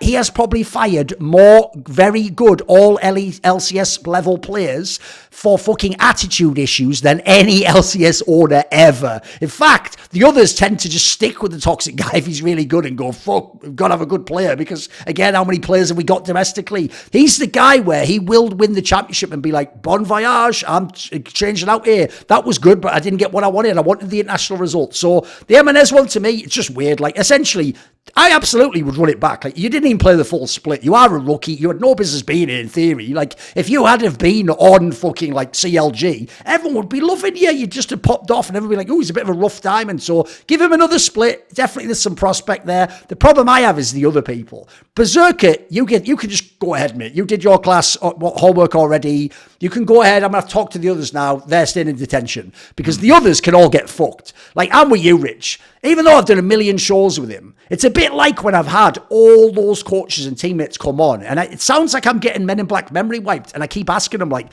what does Kazi do again? Because I then go into the game and watch it. I'm not seeing that, though. Like, he's just dying all the time and not killing people. And then, no, you have to understand, but the way that he, and the jokes, and like, so it's the same thing with Blabber. Because remember, it was one thing when they just said he was a super talent and he was a best jungler. Okay, that's like a preference thing. You can choose that. You can take that as your angle. But then now that they've pivoted to he is the NA GOAT, oh, I can't take it, because their logic is so mental. Their logic goes, but he did it with Fudge, and he did it with Perks, and he did it with Niski, right? Two of those three are not like the fucking other, are they? Like, the Fudge one was one split, by the way. And then secondly, and he had, by the way, the god top laner of the LCS that split. The other two, Perks and Niski, did you really just tell me that the jungler made Perks and Niski? It's the other way around, bro. Have you not seen their careers? They're probably the two best Western mids ever at playing with the fucking jungler. That's why their junglers win all the MVPs. That's why. It's the other way around. You've actually got this completely the wrong way around analytically. So to me, I've never got the fucking the Blabber vibe. I think he is just the ultimate. He's like essentially Dardoch on steroids with a better attitude. Like, he has the ultimate fucking mechanical upside, but like so many mechanical players, this is a term I'll bring from CSGO. I'm trying to introduce it. In CSGO, a guy I do a show with is called Kassad, who was a coach for a long time in CSGO. And he actually says he wants people to stop looking at really mechanically skilled players and saying they're really good. He says instead what you should say is like they've got really sharp aim. And he's right, because what you find with some of those players is they can't even do it each game. Like, they're actually, like, there's a player called Config, if people know. His aim is unbelievable. It's out of this universe. But he isn't a very smart player, so some games it works, some games he's feeling it, some games he just runs into a brick wall, dies a million times, and the aim, essentially, what good is good aim if you can never get a shot on someone, if you get flashed in the face, if you're out of position, so that is what Blabber is like to me. Like, I don't get this thing about, because the reason I find it so crazy is, in my opinion, look, we work together, we can flame each other. Usually Dom's blind spot, in my opinion, is actually top lane. He has some really weird opinions about top lane. We'll get one of those in a second. But jungle is his specialty. Normally, I do trust him on it. Like, when he tells me that Yunji guy's good, I believe him. I'm ready to see it. When he tells me this guy in Europe's like, yeah, I'll check it out. Let's go in. But I think Blabber is his fucking broken blade, essentially. Like, I don't know why. It's like he just thinks that, it's like he talks like he talks almost like he's a pathing genius as well. You know what I mean? Like, I don't get it. Because to me, I've also seen Blabber just make some of the weirdest fucking ints in games. I've seen him just give leads back, almost Niski-esque in that way. Like, you just made the play, then you tried to make a second play, and you gave the play right back. It's like stuff that's criminal if you actually want to be the god jungler, by the way. And by the way, I'll just offer an olive branch. I am not even Dom or anyone close to that. So I've made my own mistakes on junglers in the same way. Rich already said it. My fucking bugbear was self-made. Because what I did was, it's been a problem, because I've overcome certain attitude and social issues myself. I think if you did that, you would be so... But they don't do it. What I don't realise is these are just fucking 19-year-old idiots playing the game and eating a kebab going, lol, and then getting like a million likes on Twitter and going, oh, the dopamine circuit tells me I did it right. Like, they'll never get it. In fact, he's one of the worst ones ever. He is actually, and I called this Someone go back to when he was in Fnatic. I actually said when they were kicking him out of Fnatic, you have made yourself the forgiven of fucking jungle, mate. Not because you're purely toxic, but no one wants to play with you. What happens is they see, here's what they do. When they're playing the scrim against you, they go, he's fucking godlike. He's dropped 11 kills on my ass. Then they I bet you even reach out to their teammate and they go, yeah, it's not quite how you think it is, though. And you go, no, but if I had him, though. And then you get him and you go, oh, I see. Yeah, I see, actually. And there's a reason why, once you've had self-made or forgiven, you never go back to that well again. Pass. Yeah, pass. Well, this guy you're saying isn't as good. I'll take a chance. I'll take a chance on him, mate. Like, difference is that guy can't learn, and this guy maybe will. So the Blabber one, to me, I don't even know how he's supposed to have leveled up all these years. Like, as far as I can tell, when he got really good in 2020, he's not that dissimilar to me as a player now. He has a very high skill level. And the one thing I'll say is this. What really scares me, I'll probably do a whole video on it, is his interviews, holy shit, they've gassed him and he believes it. He is talking in these interviews. He does the things I hate. One, I don't choke. I'm not scared. I've got no nerves. I've no pressure. Everyone who ever says that, it's cope. They instantly break down in big games. They die internationally. They all do it. Because here's the other thing. The guy who actually thinks he doesn't and is overcoming it can admit that he did it. And he'd say, yeah, well, sometimes I did. But, I've worked on that over the years. And then the other thing is, I think he really thinks he like solved fucking League of Legends, mate. He talks like he is. Like, he talks like, you would think he was Tarzan in LNG, just doing everything. Like, he almost talks that way. So the Blabber one I don't get. I don't have much to say about Sven. Sven is an example of someone who, he should be in a team like Golden Guardians. He should be the one where it's like, oh, he did a role swap. He's a veteran, so he knows what he's doing. If Sven at ADC had problems inting, that's always going to be part of his game. I don't know why. He just ints at times.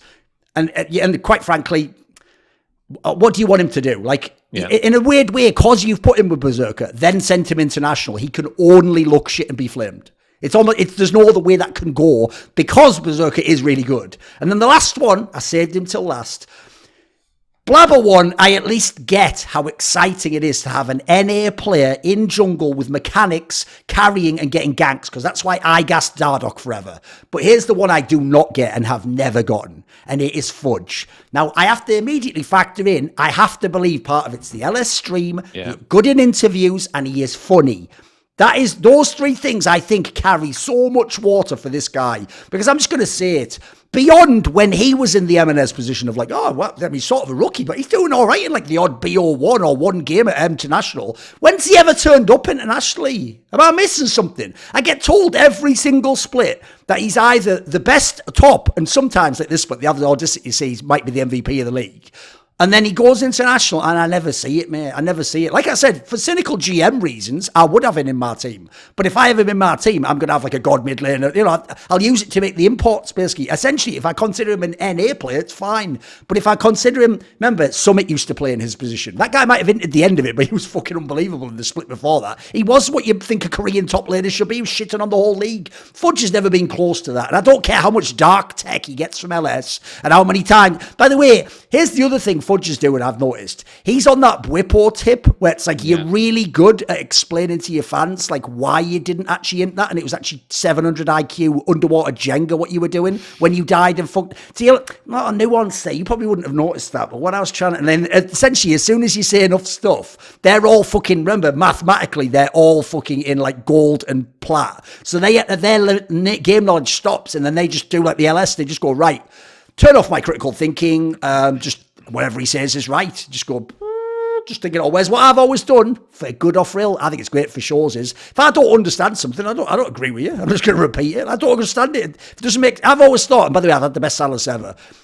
I actually think that's what shows me when they're really good. When their thought does change my conception, I say, oh shit, I've got it now. Yeah, that makes sense what Ellis says about the way that you scale, or Veteran would explain like the way like the fucking you had to like use the jungler to unlock the support to allow like the fucking mid lane to go. Stuff like that is, once that gets in and it got to a deep level, it does have an impact on you. But when they're just doing that, like, oh, this is at the highest level, the swordsman will fight and parry. No, it's all garbage, mate. But the problem is it works with fans. If you do videos like that, Bwipo does it now. The joke is, Bwipo doesn't have to actually play and be good at League of Legends anymore. He just explains why he would be really good at League of Legends, and that's it. It's more effective. You don't have to actually win the bloody game. It's really hard to win the game. Why not just fucking tell people you were great and then collect the check at the end? So yeah, to me, the Cloud9 one, I actually think the joke is, Whereas G2, there's a world where they could have been good. Cloud9 were frauds the whole time for me. And some of these players, like I say, I maybe wouldn't replace Fudge because of the Oceanic region aspect, but I would probably immediately replace Sven. It's not that you have to replace Blabber, but can we just fucking hold him to some level of accountability? Can we actually just like sort of demand he improves? Because quite frankly, those three players, Dardoch, Selfmade and Blabber, they do have fucking really good skill. And they do have an instinct for the game and a feel for the game that if you actually could ever like channel and take all the rough edges off, they would be fucking really good. I can give a tiny bit of context on the... Well, first of all, I would say Fudge, I mean, you touched it already, but Fudge is basically Oceanic Bwippo. Like, even the physiology checks out. Like, they are basically, like, the same player. And only Bwippo, I would actually say, has actually had some semi-decent international performances at some point. But they're always perpetually overhyped, given way too much credit. And it's like... They're both like have burger flippy elements as well, and when the flip ends up on the burnt side, there's always some ridiculous explanation of like, oh, but what can he do? He had to play Singed and die 100 times because it's always the same shit. And obviously, always both propped up their entire careers by LS, and that's why they've always been given so much added, credence for no reason whatsoever.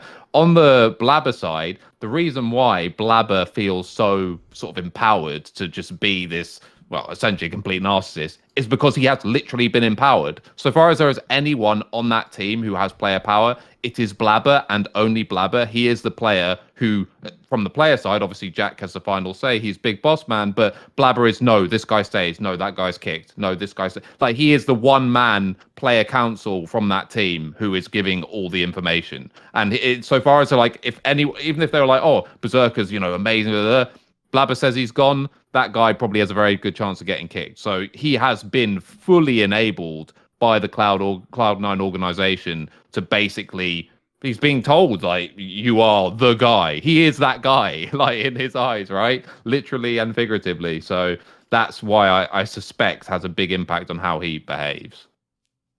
Okay. Right, there's only G2 left, and I did save the best till last. The problem is, there's so many different angles for this one. And I'll just throw this out there because I did see it was on Reddit as I was doing this now.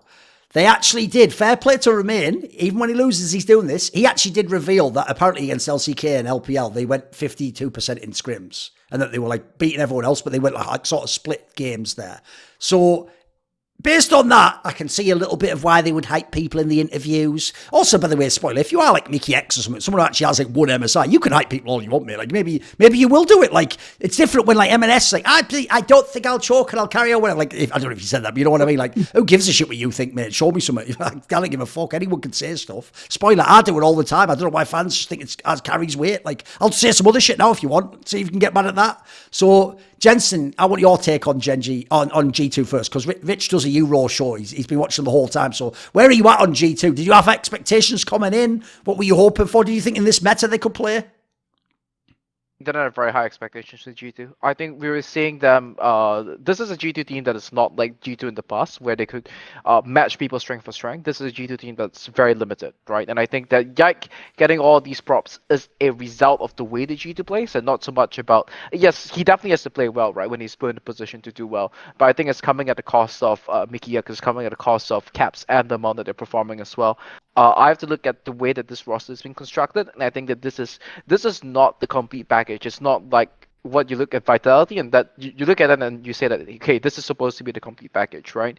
But I think for G2, you're Broken Blade in the top lane. That guy, he's not 2019 Wonder, right? He's not somebody who is going to go up there and trade bull for bull. I mean, fair play to him, right? He did do that, I think, in the series that he played at this MSI, and half of it was also because he had to like play Darius and not take TP and take Ghosts and things like that to be able to do that. But there's not a lot of expectations from the top lane. There's not a lot of expectations from. I didn't have a lot of expectations from Yike, because I think that this is somebody who they had to funnel into enabling him to really play a carry position, and that comes at the cost of the true carries on the team, right? Which should be Caps and Mickey X to enable that. So they're playing for a rookie jungler. He has to play in this position, and as a result of that, they will look like the incomplete package, and that's why I didn't have very high expectations for them. Even though it seemed like, oh, if you close your eyes and you think and you have to hope in really hard, it's like, oh, they have the Nautilus pick now. They're gonna pull out a 2019 FPX where they just suddenly reinvent the way that the game is being played at this point of time and blow everybody away with this carry star jungle. That there wasn't also a chance of that happening. Maybe it almost happened, but I wouldn't say that that's something that I would expect to be happening. Come on then, Rich. Give me the G2 take. Yeah, so I mean, obviously, like the main thing I would focus on is how disappointed I've been in Caps. I think Caps is a player who is meant to be sort of so transcendent that he should be somewhat meta-proof, not just in that he should be able to play these picks that are currently meta, which, by the way, he cannot, but also that should that not be working, for example, after 1 game, 2 games, and a best of 5, he should be able to pivot to something comfortable or more assassin orientated or carry orientated. Like even in this meta, I feel like that should be an option. And I feel like one of the things that, and we'll forget like Faker rookie comparisons, for example, because there's a bit of more nuanced sort of discussion. But one of the reasons why Faker is such a fucking god tier player is that he is meta proof. If you want to see the best sort of differentiation between a player like Faker and a player like Caps, just watch them both play Nautilus. Faker's Nautilus is fucking fire. It's so good, it's unreal. Even when the stat sheet doesn't say it is, it's fucking fire. Caps with Nautilus might have been the worst player champion combo at the entire event. He is so bad at that champion, it's revolting. And so far as like, for people who don't know or don't follow LEC that well, Dylan is one of the best coaches in LEC, like no doubt, like without a shadow of a doubt. Historically, he has very good drafts, very consistently good drafts, creative drafts. What you name it, he can do it. One thing that I do think I would like to have seen from him, and I do consider a bit of a mistake, stop giving Caps Nautilus. Even if you don't want to fully pivot away from the meta, just something else, please. Like by the way, Caps probably did well on Nautilus in scrims. I would imagine they probably played enough of the fuckers. They had a 52% win rate or whatever that stat you gave was against. He was probably playing Nautilus in a lot of these games, but there is a big difference between scrim play and stage play. And by the way, how many stories have we heard? 2016 TSM have an amazing scrim record against Asian teams, do fuck all when it comes to the actual games. Like they are not fully representative, never have been, never will be of stage play. And I felt that he should have been taken off those picks sooner rather than later. Something else to contextualize, by the way, which is, the game that everyone's going to talk about, which is when Hans bungles the last team fight. That was against the weakest Asian team at this tournament by a mile, by the way. Like, BLG are not a great team. I'm sure we'll talk about that in a second, but they're not some super awesome Asian team. That was G2 nearly had the chance to go 2-1 up in a series against not particularly great Chinese team, and then it's still probably 50-50 at best if they even close that series out, right? So I don't think that this, even though it's really interesting context, right? I don't read too much into this scrim record that remained published. I kind of think it's interesting, but it's whatever. I think this team has a lot of flaws. Broken Blade has had his best international performance probably ever, I guess. And it's still not been like, remarkable. He's not been like dumpstering people in lane or anything like that. But he does not deserve to get flamed for this. And he certainly doesn't deserve to, be flamed for the stopwatch that lost the game or whatever. Again, stupid caster narrative was fairly irrelevant. Yike, very impressed, I have to say. Think he really held his own. Again, let's not go overboard. Like, this guy wasn't carrying games particularly. I mean, in the games that they won, he was definitely like a crucial part of the win condition, but he was never, I feel like, the on switch that turned like a really important game in that sense. But I do think he played really well. He played to a level that should not have been expected from him, given that he has zero international experience. And then Hans. Again, this is something that I've argued with Dom over on Twitter and so on about before in the past. Hans has this in him. He is a really good AD carry. He is an AD carry who can, I think, like somewhat hold up internationally against some of the better, let's say, Eastern AD carries in some elements.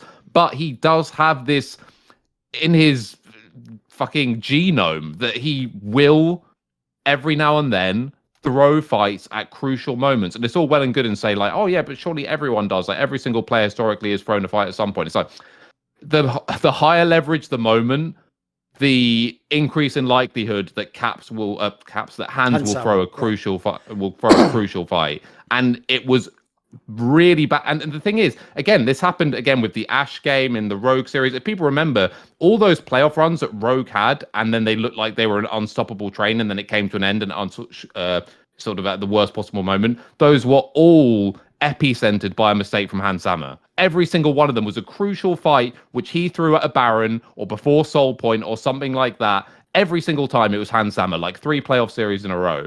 And again, the thing is, it's not just that he holds Flash, which is obviously a mistake. For all we know, maybe he pressed Flash a microsecond after the CC came in and got a bit greedy, but he was in a bad position to begin with. He made 2 mistakes, not one. This is not just one of those things. It's not just bad luck. This is something that's in hands and always has been in hands. And I actually felt sorry for Mickey X because he played like a motherfucker in a lot of these games. Like Mickey X, I thought was really he was the one player you look at on that team. We give Yikes his props and so on, given the context, right? But Mickey X was the one player who looked like a legitimate top tier. You could put him in your top 10 support players in the world without hesitating, in my opinion, based on what we've seen this year. And like, he looked really fucking good. I can't say that for anyone else on this team. So again, for me, the biggest disappointment and the biggest reason why G2 is not looking like it's a fucking boring comparison to reel out all the time, but nowhere near like 2019 G2 is Caps is just not Caps right now. If you were just using this season, as in this year, as evidence, you could make a case for actually benching Caps based on what we've seen, given all the players that are currently on the team. Hands, again, very good AD carry, but he does have that mistake in him, which unfortunately seems like it's always going to reel his head until he gets over that. Until he has like a Jankos type moment, where for Jankos, it was never an individual moment, as it were, but Jankos did legitimately, I feel, flake somewhat under pressure until there was just a random series. I can't even remember what it was. It was a Worlds quarterfinals or something like that, where he kind of went above and beyond and just had like a breakthrough moment and never looked back from that point onwards. Jankos has always been mega reliable ever since that moment. He needs something like that for me, Hans, because he is a really good player. I see no reason he'll drop off as a quality player anytime soon, but that's still in there. And then, as I said, Broken Blade for me, I think he did well. But again, if we're talking about hypotheticals and pushing ceilings, he's still not it for me. Like, I think he's okay, but okay doesn't cut it, especially when you're the level of competition you're up against, particularly with top laners in the East. And their play style as well, I don't think matches up well with Broken Blade. So yeah, you can tell me whatever win rate they might have in scrims, but if I just look at it holistically in the whole picture and what their flaws are, I don't think G2 ever really stood a chance. As Jensen said, like, it makes such a difference having a player like Wonder, particularly from like the flexibility standpoint, and people will probably forget as well, like all the draft flexibility and stuff that G2 used to have. Now it's just like, I can tell you what G2 are going to pick. I never used to be able to tell you what G2 are going to pick. And now it's like, fucking hell, this is going to be another Caps Nautilus game. Oh, yeah, okay, Broken Blade's going to go to like one of his 3 like off carries. It's like, it's so... I don't know. I never had any hope for this team. And as the tournament went on, the only thing I was confident on after seeing the first half of the tournament was that G2 would beat Mad. Because Mad looked really fucking bad. And G2 at least showed...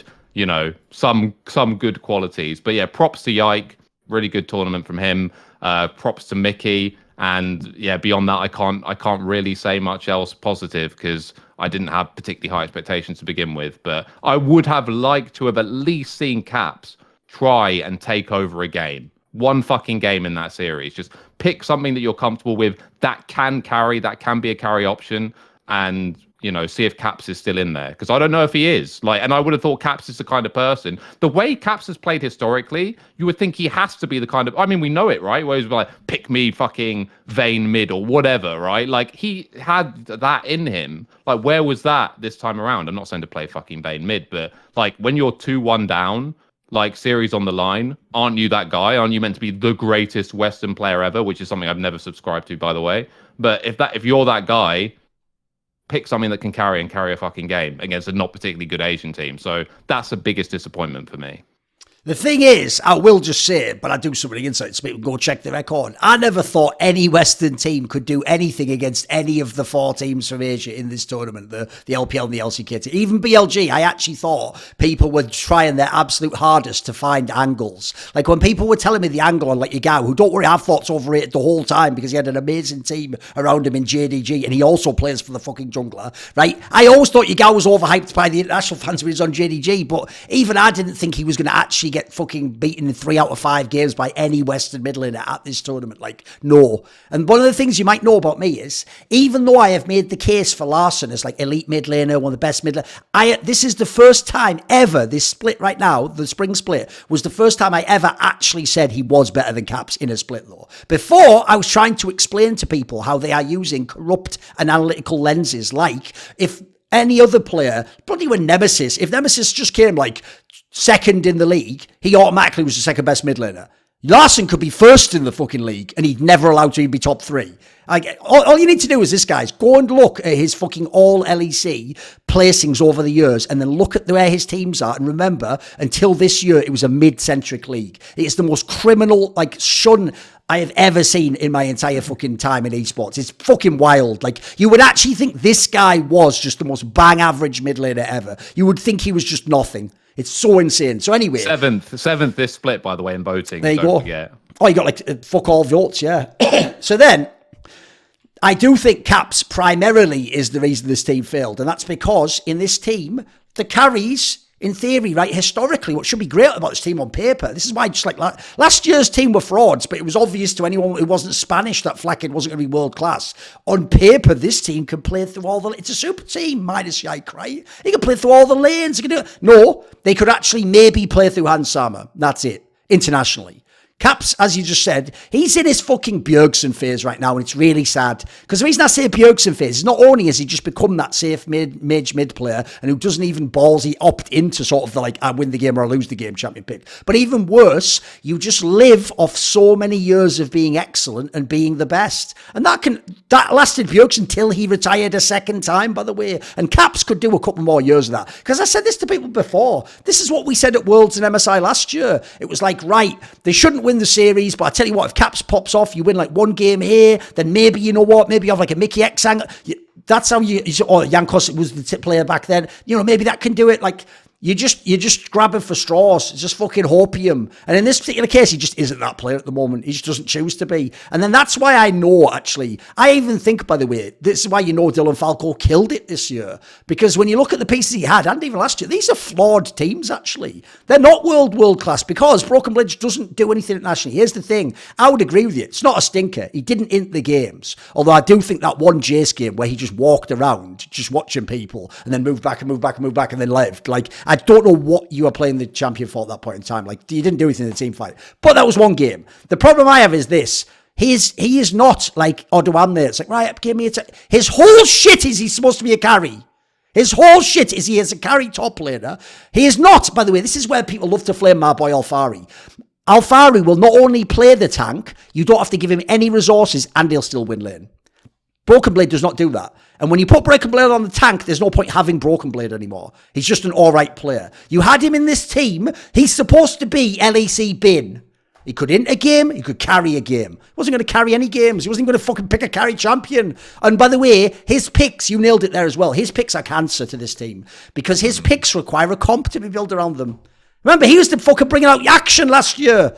Like, he's not playing something where it's like, oh, you know, like, I just play like a niche gangplank when it's maybe out of meta. No, he plays the shit where it's like, right now, the whole team better know how to play around this. And spoiler, Monty nailed it. Everyone says Monty's shit at analysis because they're too stupid to understand his analysis. Monty said before the tournament began, if he tries to run without fucking teleport against a team like Gen.G, he cannot win. If he does the flash ghost, on the map, they're just going to destroy him. Like, he can't possibly group with the team, can he? But he did it anyway. He still thought like Adam in fucking LEC. It's just the difference is Adam's LEC level is Broken Blade at the international level. He thought he could do it. He thought, oh God, no, Darius. It doesn't matter. You're playing the team that doesn't give a fuck what you do in the top lane like that, mate. You can have 4 kills. It won't matter.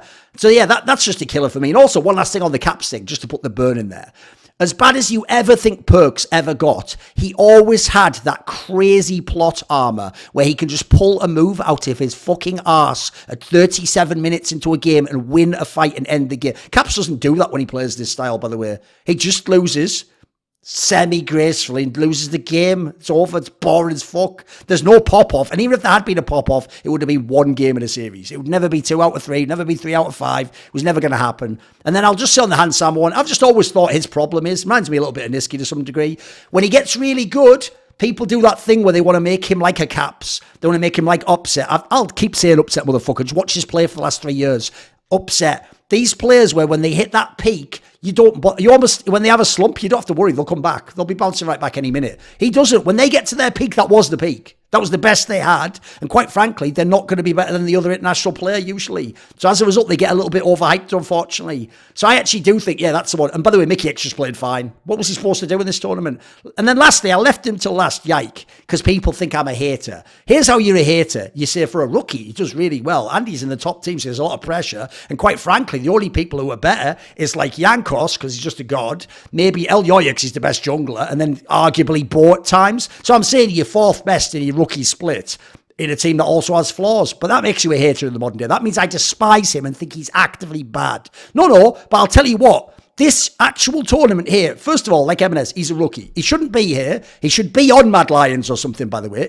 This was supposed to be El Yoya, so he would have been on a Mad Lions type team. In which case, perfect team for you. Develop you. You get to Worlds at the end of the year, but you have the chance to build up. And then at Worlds, all I need is the odd game. You don't even have to win a series. You don't have to make out of groups. But in this team, you have players like Mickey X. You have players like what Caps is supposed to be. You have even Hansama when he's good. With those players, if you're a Yike, I need you to now win me some games. When I watch this match, I will say jungle is my weakest role because it's so nuanced. But I can't stand when people get props like this. You just got some early kills. You were on the champions to get the early kills, and sometimes your team even played to give you the resources, the space, and help to get those kills. Right, pause.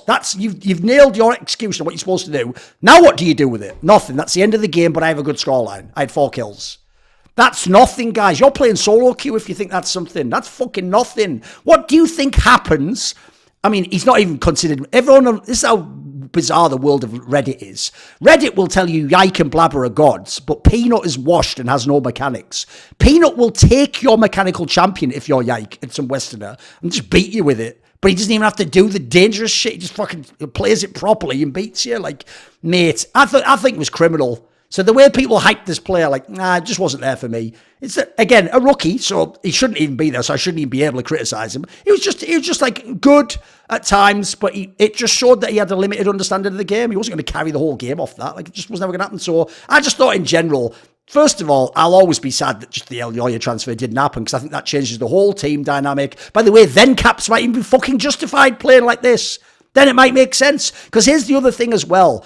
I can't have both at the same time. I can't have the Yike guy that I'm babysitting and Broken Blade not carrying but on weird picks. Now Caps has to play some dog shit in the mid lane, and he has to be messaging Doinby and going, how do you play the Norton? And then Doinby, oh the fuck, by the way, just a quick aside, maybe Jensen will appreciate this.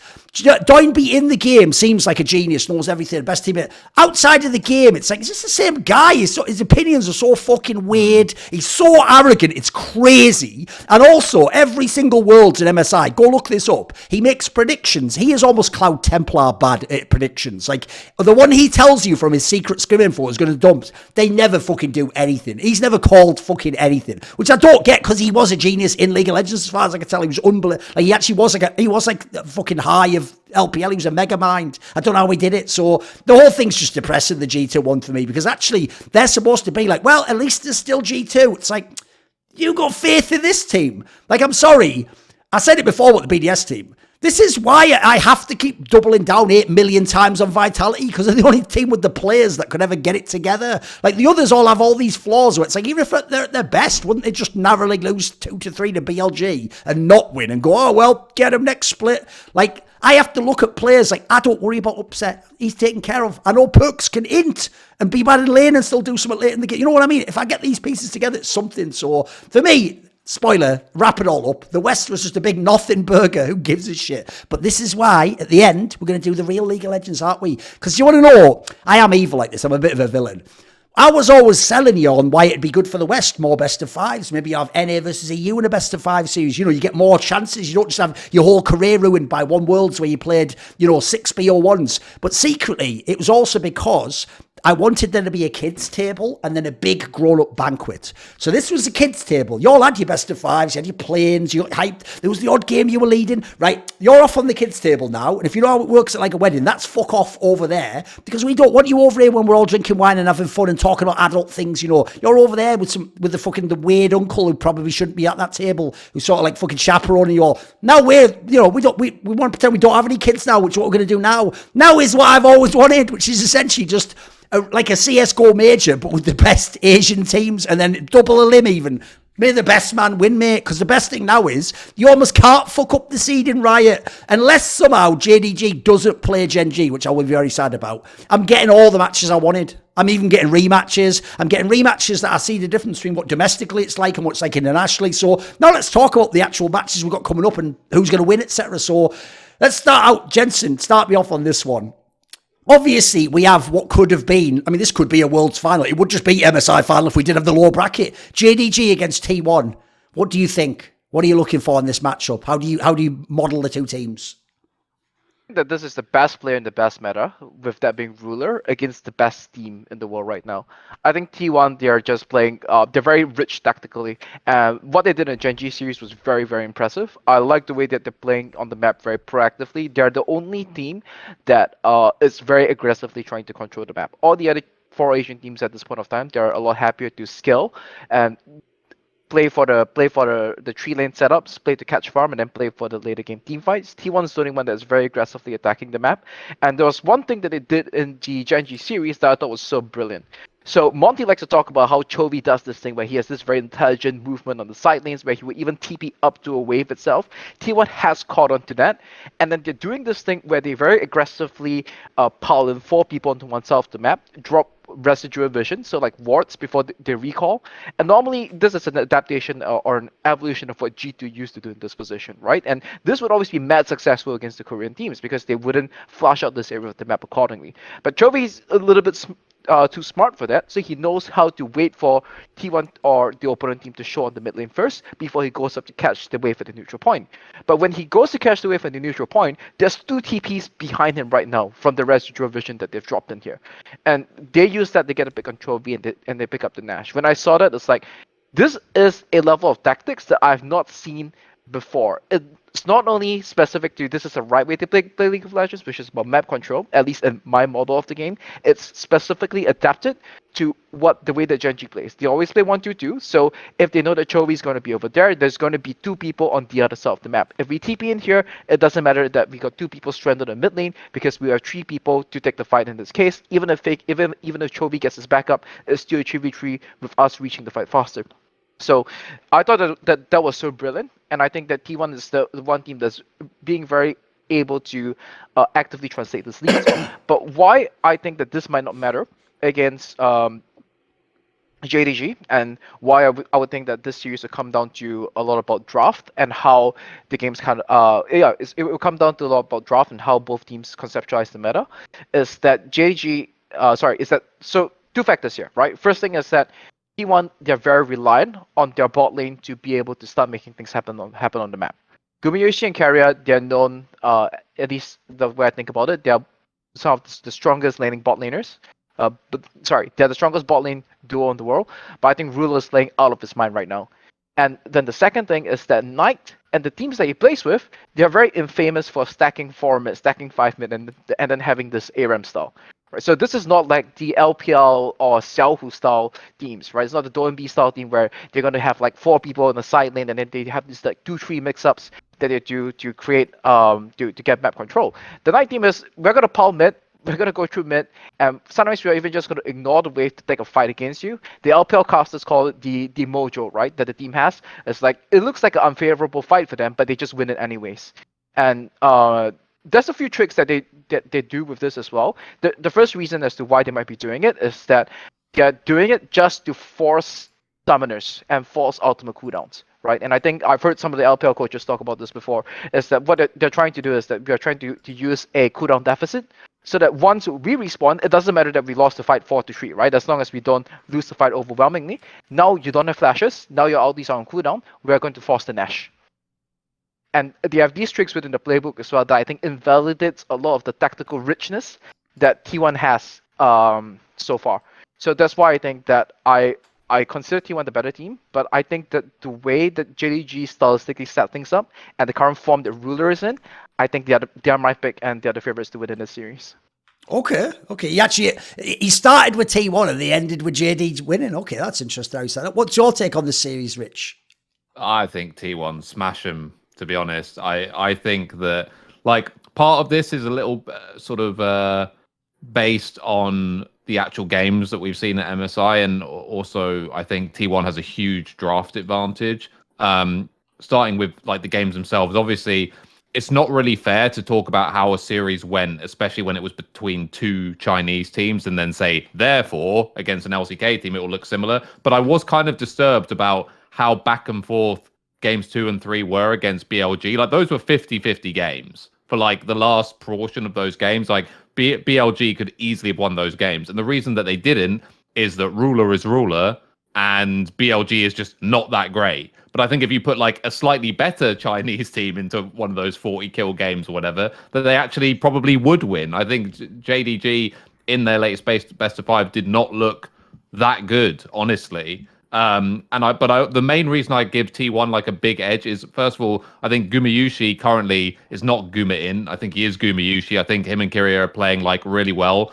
No, I would agree. Like, I think Ruler is the best AD carrier in the world, and obviously that carries some weight. But I think if you're sufficiently close and you have Kyria next to you, I think that advantage is somewhat mitigated. I'm not expecting Ruler to take this series over. As bot dominated these things are, I do think that's sufficiently close, but that's not what I'm expecting. What I am expecting is that JDG is really going to struggle in drafts, because I think a couple of things that BLG can cope with, for example, is Owner's Poppy. It's something that's not like, it's meta, but it's like slightly, it's what I called like side meta, right? Like, it's not one of the absolute priority picks, but Owner is an absolute monster on Poppy, and I feel like you have to ban it. After game 1 against BLG, against Gen.G, they banned it every single game after game 1. They banned it 3 games after game 1, and then actually Peanut tried to play it in game 5, and that didn't go too well. And also the Annie. This like got respects banned in the same series, and again, Annie is meta, right? But it's not like a top priority for any other team other than T1.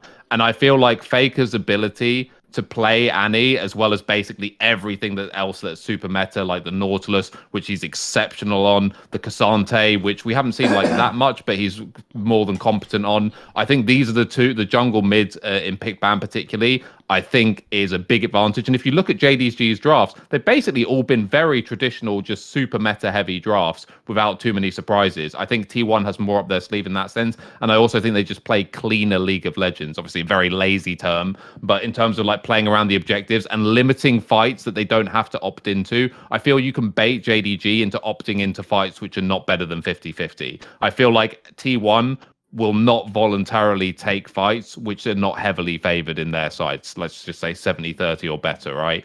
And again, against another Chinese team who has similar inclinations, you get these long, drawn-out, super late game things where you back yourself because you have Ruler, and it's going to go 30 minutes or 40 minutes plus, and Ruler's going to be the difference. I don't think that's going to happen in this series. I do think JDG will win a game. Like, I don't think it's going to be a 3-0 or something like that off the back of their team fighting and off Ruler, but I don't think that's a big enough deficit at all. I think you could still make an argument that Gumayushi and Kyria are the best bot lane in the world. I'm not saying that they are, but there's at least an argument there. So I don't think that's like a huge win condition that they have dangling over them. So yeah, I think T1's just a cleaner team. I think they have a fairly big draft advantage, and I think JDG is super talented but just too messy. And even something like the Knight Syndra, I don't think is. I don't think you're gonna like. I can't imagine JDG adapting if they find themselves down in this series in a way which is going to like fuck with T1. I don't see it happening. I'd expect that much more so from a Gen.G. So yeah, I say 3-1 T1. Right, I'll just say it right at the outset. Even though I'm going to pick JDG, the reason why, there's two very good reasons analytically. One, they've never lost. It's never happened. They just win every series they're in. So right now, it's not like the old top esports that would always go like low bracket of the double elim part of the thing, and then they should win, but then JDG just plays smarter when he used to be on top esports and beats them, and bloody hell, how did Yagao get away with it again? It's just some bullshit to do with when they were kids and he fucking saved his life in a car accident. I don't know the fucking, you know how crazy they get with all the fucking animated storylines in the LPL, right? We don't have to worry about that anymore. For real, Knight actually got finally, you know, I did that storyline where it was like Knight and Rookie at their peaks. You would tell everyone who didn't watch the LPL, it's the best player in the world, but they were surrounded by the two Inters at the top and the ADC. It ain't the case anymore. That's why, if you really did think Yagao was Boston, it's like, bro, essentially like Viper and Rajcula, by the way, both amazing AD carries. So, sorry, I'm thinking of EDG there. Basically, in this scenario, it's not even like, it's like an insanely drastically different team from the one Yagao had. Like, it's just what, it isn't as good as Knight. So when Knight got his team, you saw the difference in the two mid laners, mate. So now that Knight has that team, he not only is the best mid laner, I think he's the best mid laner in the world. It's only between him and Chovy, and that's why I pray I see that matchup. I need to see that matchup so badly in a best of 5. So in a fucked up sense, I almost want Jing to lose the game so they go in the lower bracket, so I'm guaranteed it. But let's see if Gen.G can get there either way. So the angle is this.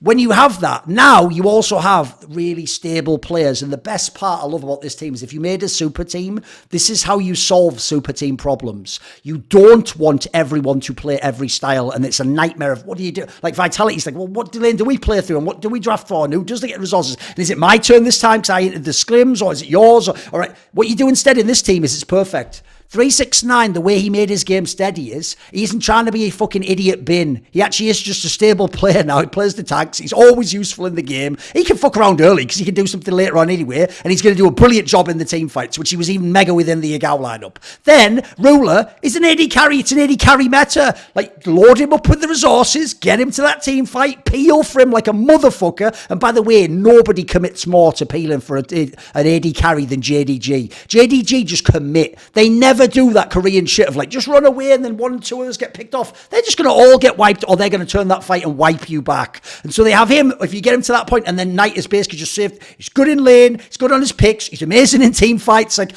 where's the weakness here? Okay, the other two positions. Missing's just not carrier, that's all. He's a really good support player, by the way. He's a banger support player. Kerrier's style, though, does transcend support. It's basically why T1 plays the style. Kerrier and Faker are just OP at their positions in relative to playing that crazy pick style, playing the map control, the teleports, not taking fights. Probably one of those revolutionary contexts that people like LS tried to teach people and nobody listens to, even the best LCK and LPL teams for many, many years. And then the Kanavi one, I'll give you that one. I actually do think he is the most flawed player on the team. I think he capped out a little bit and he's not in the best form at the moment. So if I match them up, here's the thing.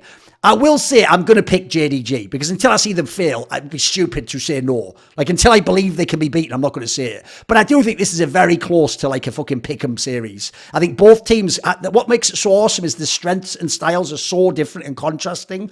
It's like a great UFC fight. Yeah, the wrestler could control you completely and win and you look like an idiot. Or the fucking striker could knock you the fuck out when you go for that double leg takedown. And suddenly, you never believe the wrestler could ever have won. Of course, it's going to be one of these series, mark my words. Whoever wins, or you'll be a moron for picking the other team. And how could you ever think that? And we're easily and whoever wins is immediately the best team in the world, by the way. So if I actually look at the players, I'll do this pretty quick. I actually think it's a brilliant fucking matchup again. Because here's the thing. If we're talking just mid lane, Faker ain't even on Knight's level. He isn't even on his level. Knight might be the best like mid laner in the world. The reason Ruler's probably the best player is because it's an ADC game right now, bizarrely. It's not the mid lane game. But Knight is unbelievable at mid lane. And he even has the deep picks. If people don't know, you know now because you've seen the international, oh, he's good on that. The thing he used to be famous for is he would just play like 12 champions. He just didn't give a fuck. He'd just play whatever they drafted, basically. So he is unbelievable at mid lane. Faker, basically, and the team has to play that style that they play, of how they use the map and disengage from the opponent and don't. They have to do that. So it's brilliant already because Faker isn't going to. There is no 1v1 Z moment here. That's not going to happen. So Knight has his strengths. Ruler has his strengths. Gumayushi isn't as good as Ruler. But you tell you what, in his team, it doesn't always have to be. They're not going to put him in the bad scenarios always. I agree with you. It doesn't, like, last year, actually, sometimes I did think I'd rather have that Teddy guy come in if he was still here, mate. Now, I'll give it to Gumayushi. His problem is just, he's playing against Ruler. That's his issue. There's no one can, you can't really blame him for that. Unless his name was Viper, there's nothing you can fucking do right now for your Ruler. He's just too good. He's just too good to be played against. And then, if I look at it, here's the real problem for me with these two teams, is the two players everyone hyped the mother-loving shit out of on T1 wasn't Faker, that goes without saying. It was Keria and Zeus. And I noticed they don't even bring Zeus's fucking name up anymore. And the reason why is, even the style they tried in the spring doesn't work anymore. What T1 also would do when people would have these, like, because remember, all the other top Korean teams, except the one with Kane, just don't have the great top laners with the carries. So they would sort of do that weird bot lane shit, and then they would leave Zeus up here, like it was season 2, like, fight on an island, you 1v1. Go to town on this guy's ass. This is probably the worst fucking meta you could walk into for Zeus in that sense. So I don't think, quite frankly, he can do anything against 369. Like, he can even get kills. He can even leads. Does it matter? Is it going to affect anything? Then I go, like I say, I think Ruler and Knight, the two carry positions right now are just better. So for me, it all comes down to, like, I'll give Orna massively the edge over Kanavi. I actually think the Keria one's just more stylistic. So for me, this is what it comes down. I want to make a quick point here, which is what Rich just said there. This is why I love analysis, because I'll take the same angle, but I'm going to take the opposite side of it. You know, when he said there that what T1 will do, and I love it, by the way, is you play really smart and you choose, like, oh, this isn't the fight for us. Move back, move back. Oh, no, wait, this is actually the fight that we should bait them into. We should make them want to fight here, right? There's actually a scenario that used to be in Quake. It was the ultimate dynamic. It made the best rivalry ever. And it was Rafa against Cypher in Quake. Rafa is a North American player who, a bit like Faker now, or T1 in general, doesn't have the best skills. He's not the absolute cracked out player. In fact, in Quake, a game that's quite mechanically strong, he probably wasn't even top 7 mechanical. There was even players like just some real god from Germany who would be better than him. But he was the best tactical player. So what he learned you could do was this, is because a lot of players at the top of Quake are very skilled, you can actually get them to opt into fights that are slightly worse than they think they are. And essentially, you're just getting the more skilled player to keep taking the 40-60, and he's 40. But here's what made the dynamic amazing. His opponent was a player from Belarus called Cypher, who might be the most skilled player ever in Quake.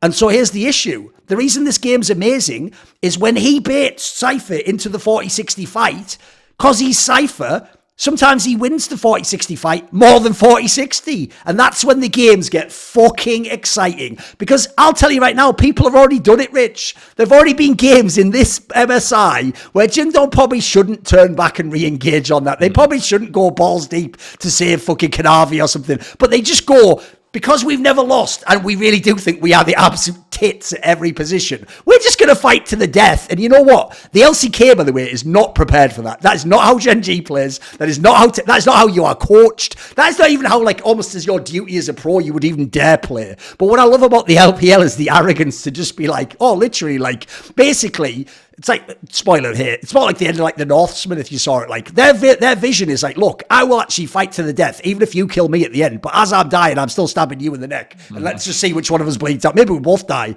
That's what I love those. That's why this matchup genuinely could be a fucking banger. I think it could be amazing. It could be like 5 games. It could be really sick. So I'm just going to take JDG for this one. A little bit romantic.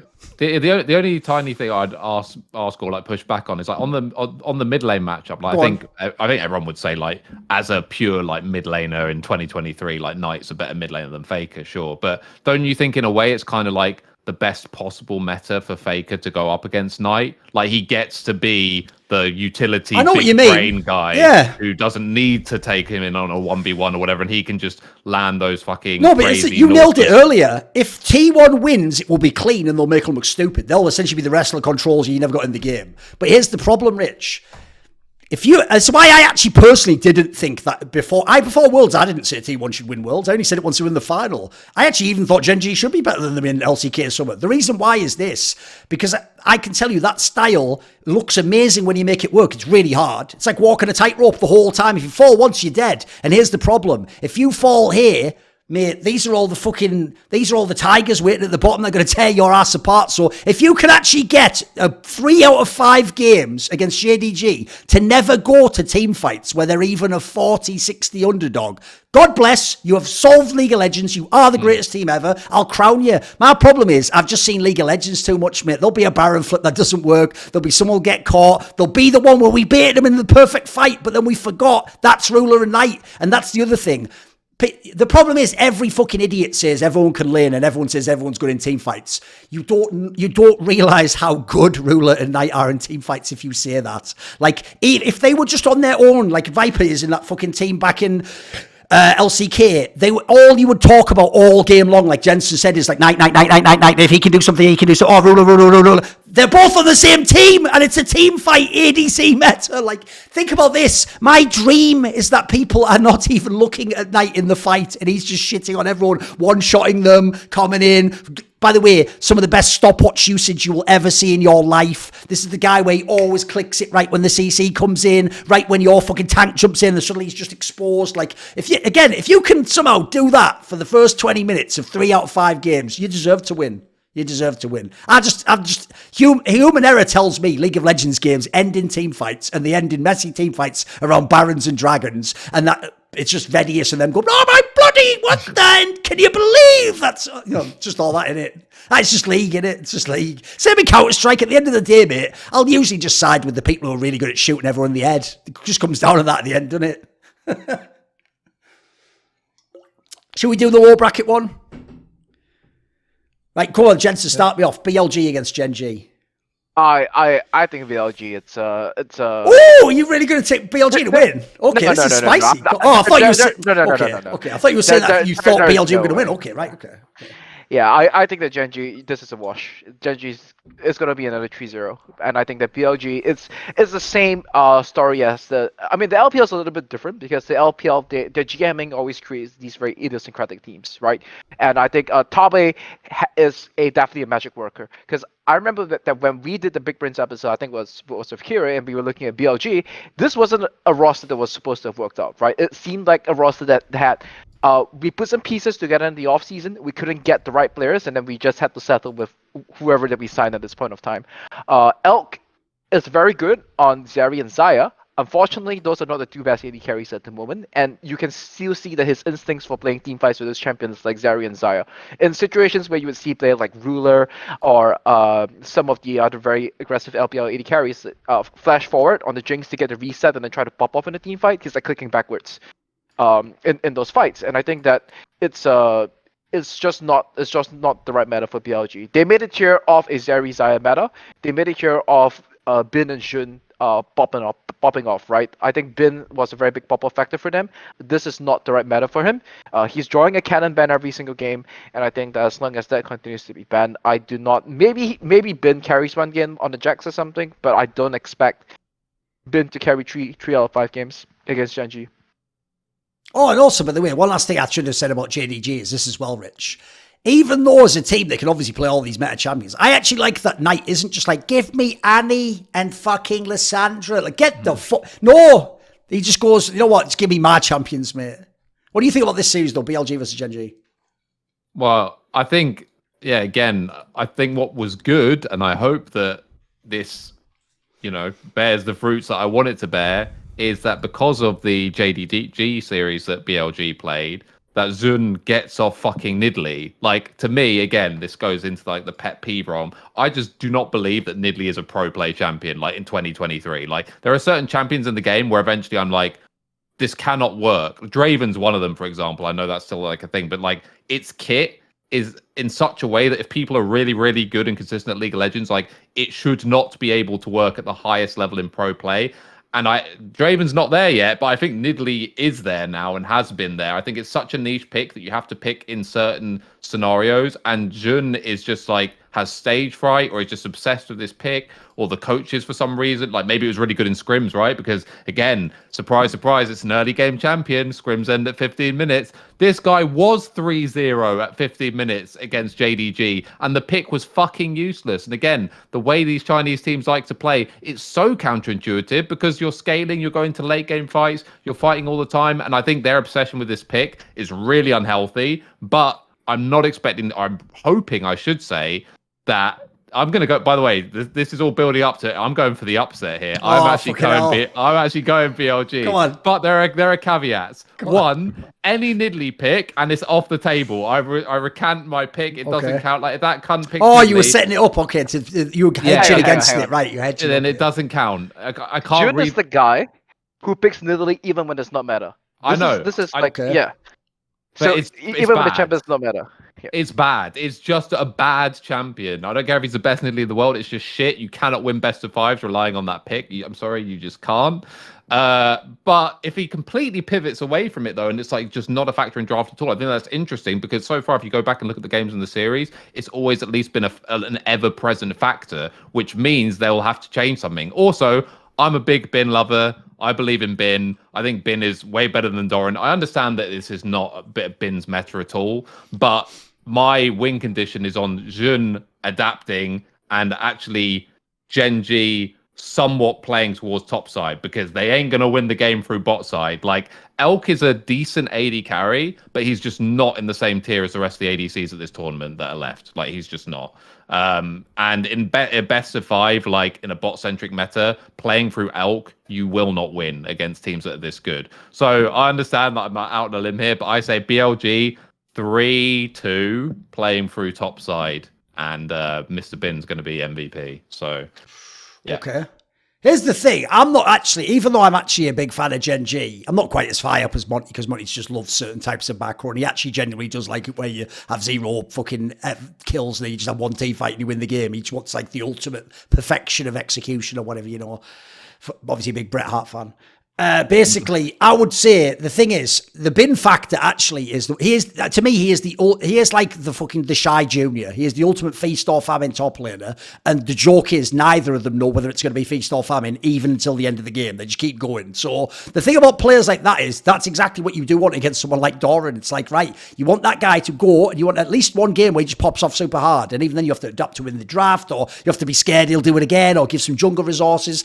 But that'll just make it exciting. I do think Gen.G will win the series. The problem I have overall is I do think actually the reason it's amazing that they've coached Gen.G to play this style is I also think the other thing about the Korean teams in general is they haven't done a Jing Dong. They haven't made super teams, guys. That's not what these teams are, T1 and Gen.G. But they're teams that just play their style out almost perfectly, that they know their personnel, like everyone knows their job. I even think it's why the rookies are able to work in some of these squads. So to me, the Pays guy, I'm not even sure how good he is at ADC, but he does fit in this team and he knows what his role is. And quite frankly, Chovy is going to be one of the best ones I've ever seen at like dual purpose mid. He can just be the sit in lane and farm and be a farm god. And he can actually also team fight like a god as well. Like there's a reason why another reason people saying it on Twitter, but everyone wants to see the fucking battle over the RE between Knight and Chovy because they're just both unbelievable at that champion. But also you keep going deeper than that. He has all sorts he can play, mate. He's so fucking good. And he's not like the old Chovy that seemed all so selfish. And so then also the player who always gets shit on is Peanut. Right? Here's the thing I don't get about it is it's one thing if you can say he does like ints or sometimes he chokes in a big game. That's sort of true. He'll sometimes shit the bed. But like the one thing you can't do, you don't watch LCK if you think it's like, oh, and then if the other guy's like mechanically strong, he just shits on him. It's like, first of all, he used to be mechanically strong. So he has that whole thing of like, well, I know what that's like. And then secondly, he plays his whole life against those players and he just neutralizes them. And the joke is, it doesn't matter if you're stronger than me as a jungler, mate. Like I'm helping my team and my team beats the show of yours. And then it all comes back to what Jensen was talking about at the beginning. If you want to talk about, like, what's funny is T1's amazing at, like, choosing how to move around the map. But actually, I think Gen.G has the best understanding of the map and the minions on the map. And what happens is, as a result, this is why the Western teams, you almost be glad you're not better. Because if you'd have been even better getting more kills, you'd have lost these games where just the map kept, it's like, oh, what the hell? It's like, I'm always there's always minions in my base. Like, I took that tower at just the wrong time. I was just going to group up down here. Like, it's not an accident. It's not solo queue. We didn't do it randomly. That is literally their game plan. They even came in at the beginning thinking about lane assignments and which lane are we going to play through. And if we get agency here, we're going to do off the... So you're not doing that in some of the Western teams. So you never had a chance. So in my opinion, the problem is BLG would have to play almost perfectly, I think. I think Gen.G is just a superior team. I actually think once Gen.G wins this series, this is why I love Double Elim, because, mate, put any of those other three teams together, all the combos are sick. They can all win in different ways against each other. All three teams, in my opinion, could win the tournament. Like, I think on some of the insight, Monty said that Dom had taken T1, Monty was taking Gen.G, and I took JDG. But the thing is, no one was like, you're a bloody idiot. It's like, there's reasons. There's actually reasons for all of them, I think. I'll make the other prediction here if someone didn't hear it. I've been saying all year since I saw this format, not only at the end, I mean, everyone sort of knows this format is the tits, but even more than that, you will beg for this format once that single elim bracket at Worlds finishes. You will be like, oh, imagine if we had a door bracket. There could be one now, guys, because this is going to be so sick. Like, I actually think if you know, before, like, Dom's one of the people who thinks you shouldn't even count on MSI as even like half a Worlds because it's essentially just one LPL team against one LCK team most years. Now it is like Worlds. In fact, it's better than Worlds because of the format, isn't it? So I think it's going to be amazing from here on out. I can't wait. Who do you actually have winning then? Are you taking T1 to win the thing, Rich? And overall, they're going to win the whole thing? Yeah, my the 1% of me that's believes in superstitions and indeed karma says no, because I just think it's funny that Joe Marsh, since he's rocked up, T1 haven't done anything. Sad Friday, okay. Yeah, but I mean, to echo what Jensen said, I mean, T1 to me are the best team. And I do think the fact that they won, and this is why the format's so great as well, is now you've got the ultimate storyline, because T1 actually won a fucking Game 5 for the first time since forever. I think since they won one in LCK, but obviously internationally, internationally, yes. And I think that was huge, because I think if this had been single elim and you just had that matchup, I actually think they would have lost Game 5. I think the demons are real. But now it's much more interesting to me, because I think it could easily go 5 games again. I would just remind people though, because I think this is like a small detail that people forget. Gen.G were basically T1 trolling and a Chovy stopwatch away from getting swept. Like when they were chasing him in the base, and he's like, that game was over and they just overextended and whatever. So yeah, it's weird how that could affect you mentally. So I do think T1 have shown that they are the best team in my opinion. But yeah, I'll pick T1, I guess, even though that is rooting for Joe Marsh. I'll pick T1. Who do you have winning, Jensen? I think T1's the best team, but the meta is just too good for JDG, and that's how the LPL teams have always succeeded. They find the right strike, they find the right meta, and it's the perfect meta for JDG right now. The Beatles said they get by with a little help from their friends, but I get by with a little help from my Patreon community, and this video was kindly supported by Matt Pugnatio Rajcula, Ahmed Hadjou, Bot Pounder 420, Torin, Animosity, Tobias Bernasconi, Jensen Goh, Tosh, and a special thanks always goes out to my main man, Jerky's Minion. Would you like to ask me a question in my monthly video AMA? Do you want teasers to find out who are the upcoming guests? Maybe you want to take part in one of those lengthy but intense esports discussions I have with my donators. Or maybe you want to suggest a guest or a topic that I could cover. Well, if any of those tickle your fancy, put your money where your mouth is and join the Skrilluminati today, where in the description box below there is a Patreon link.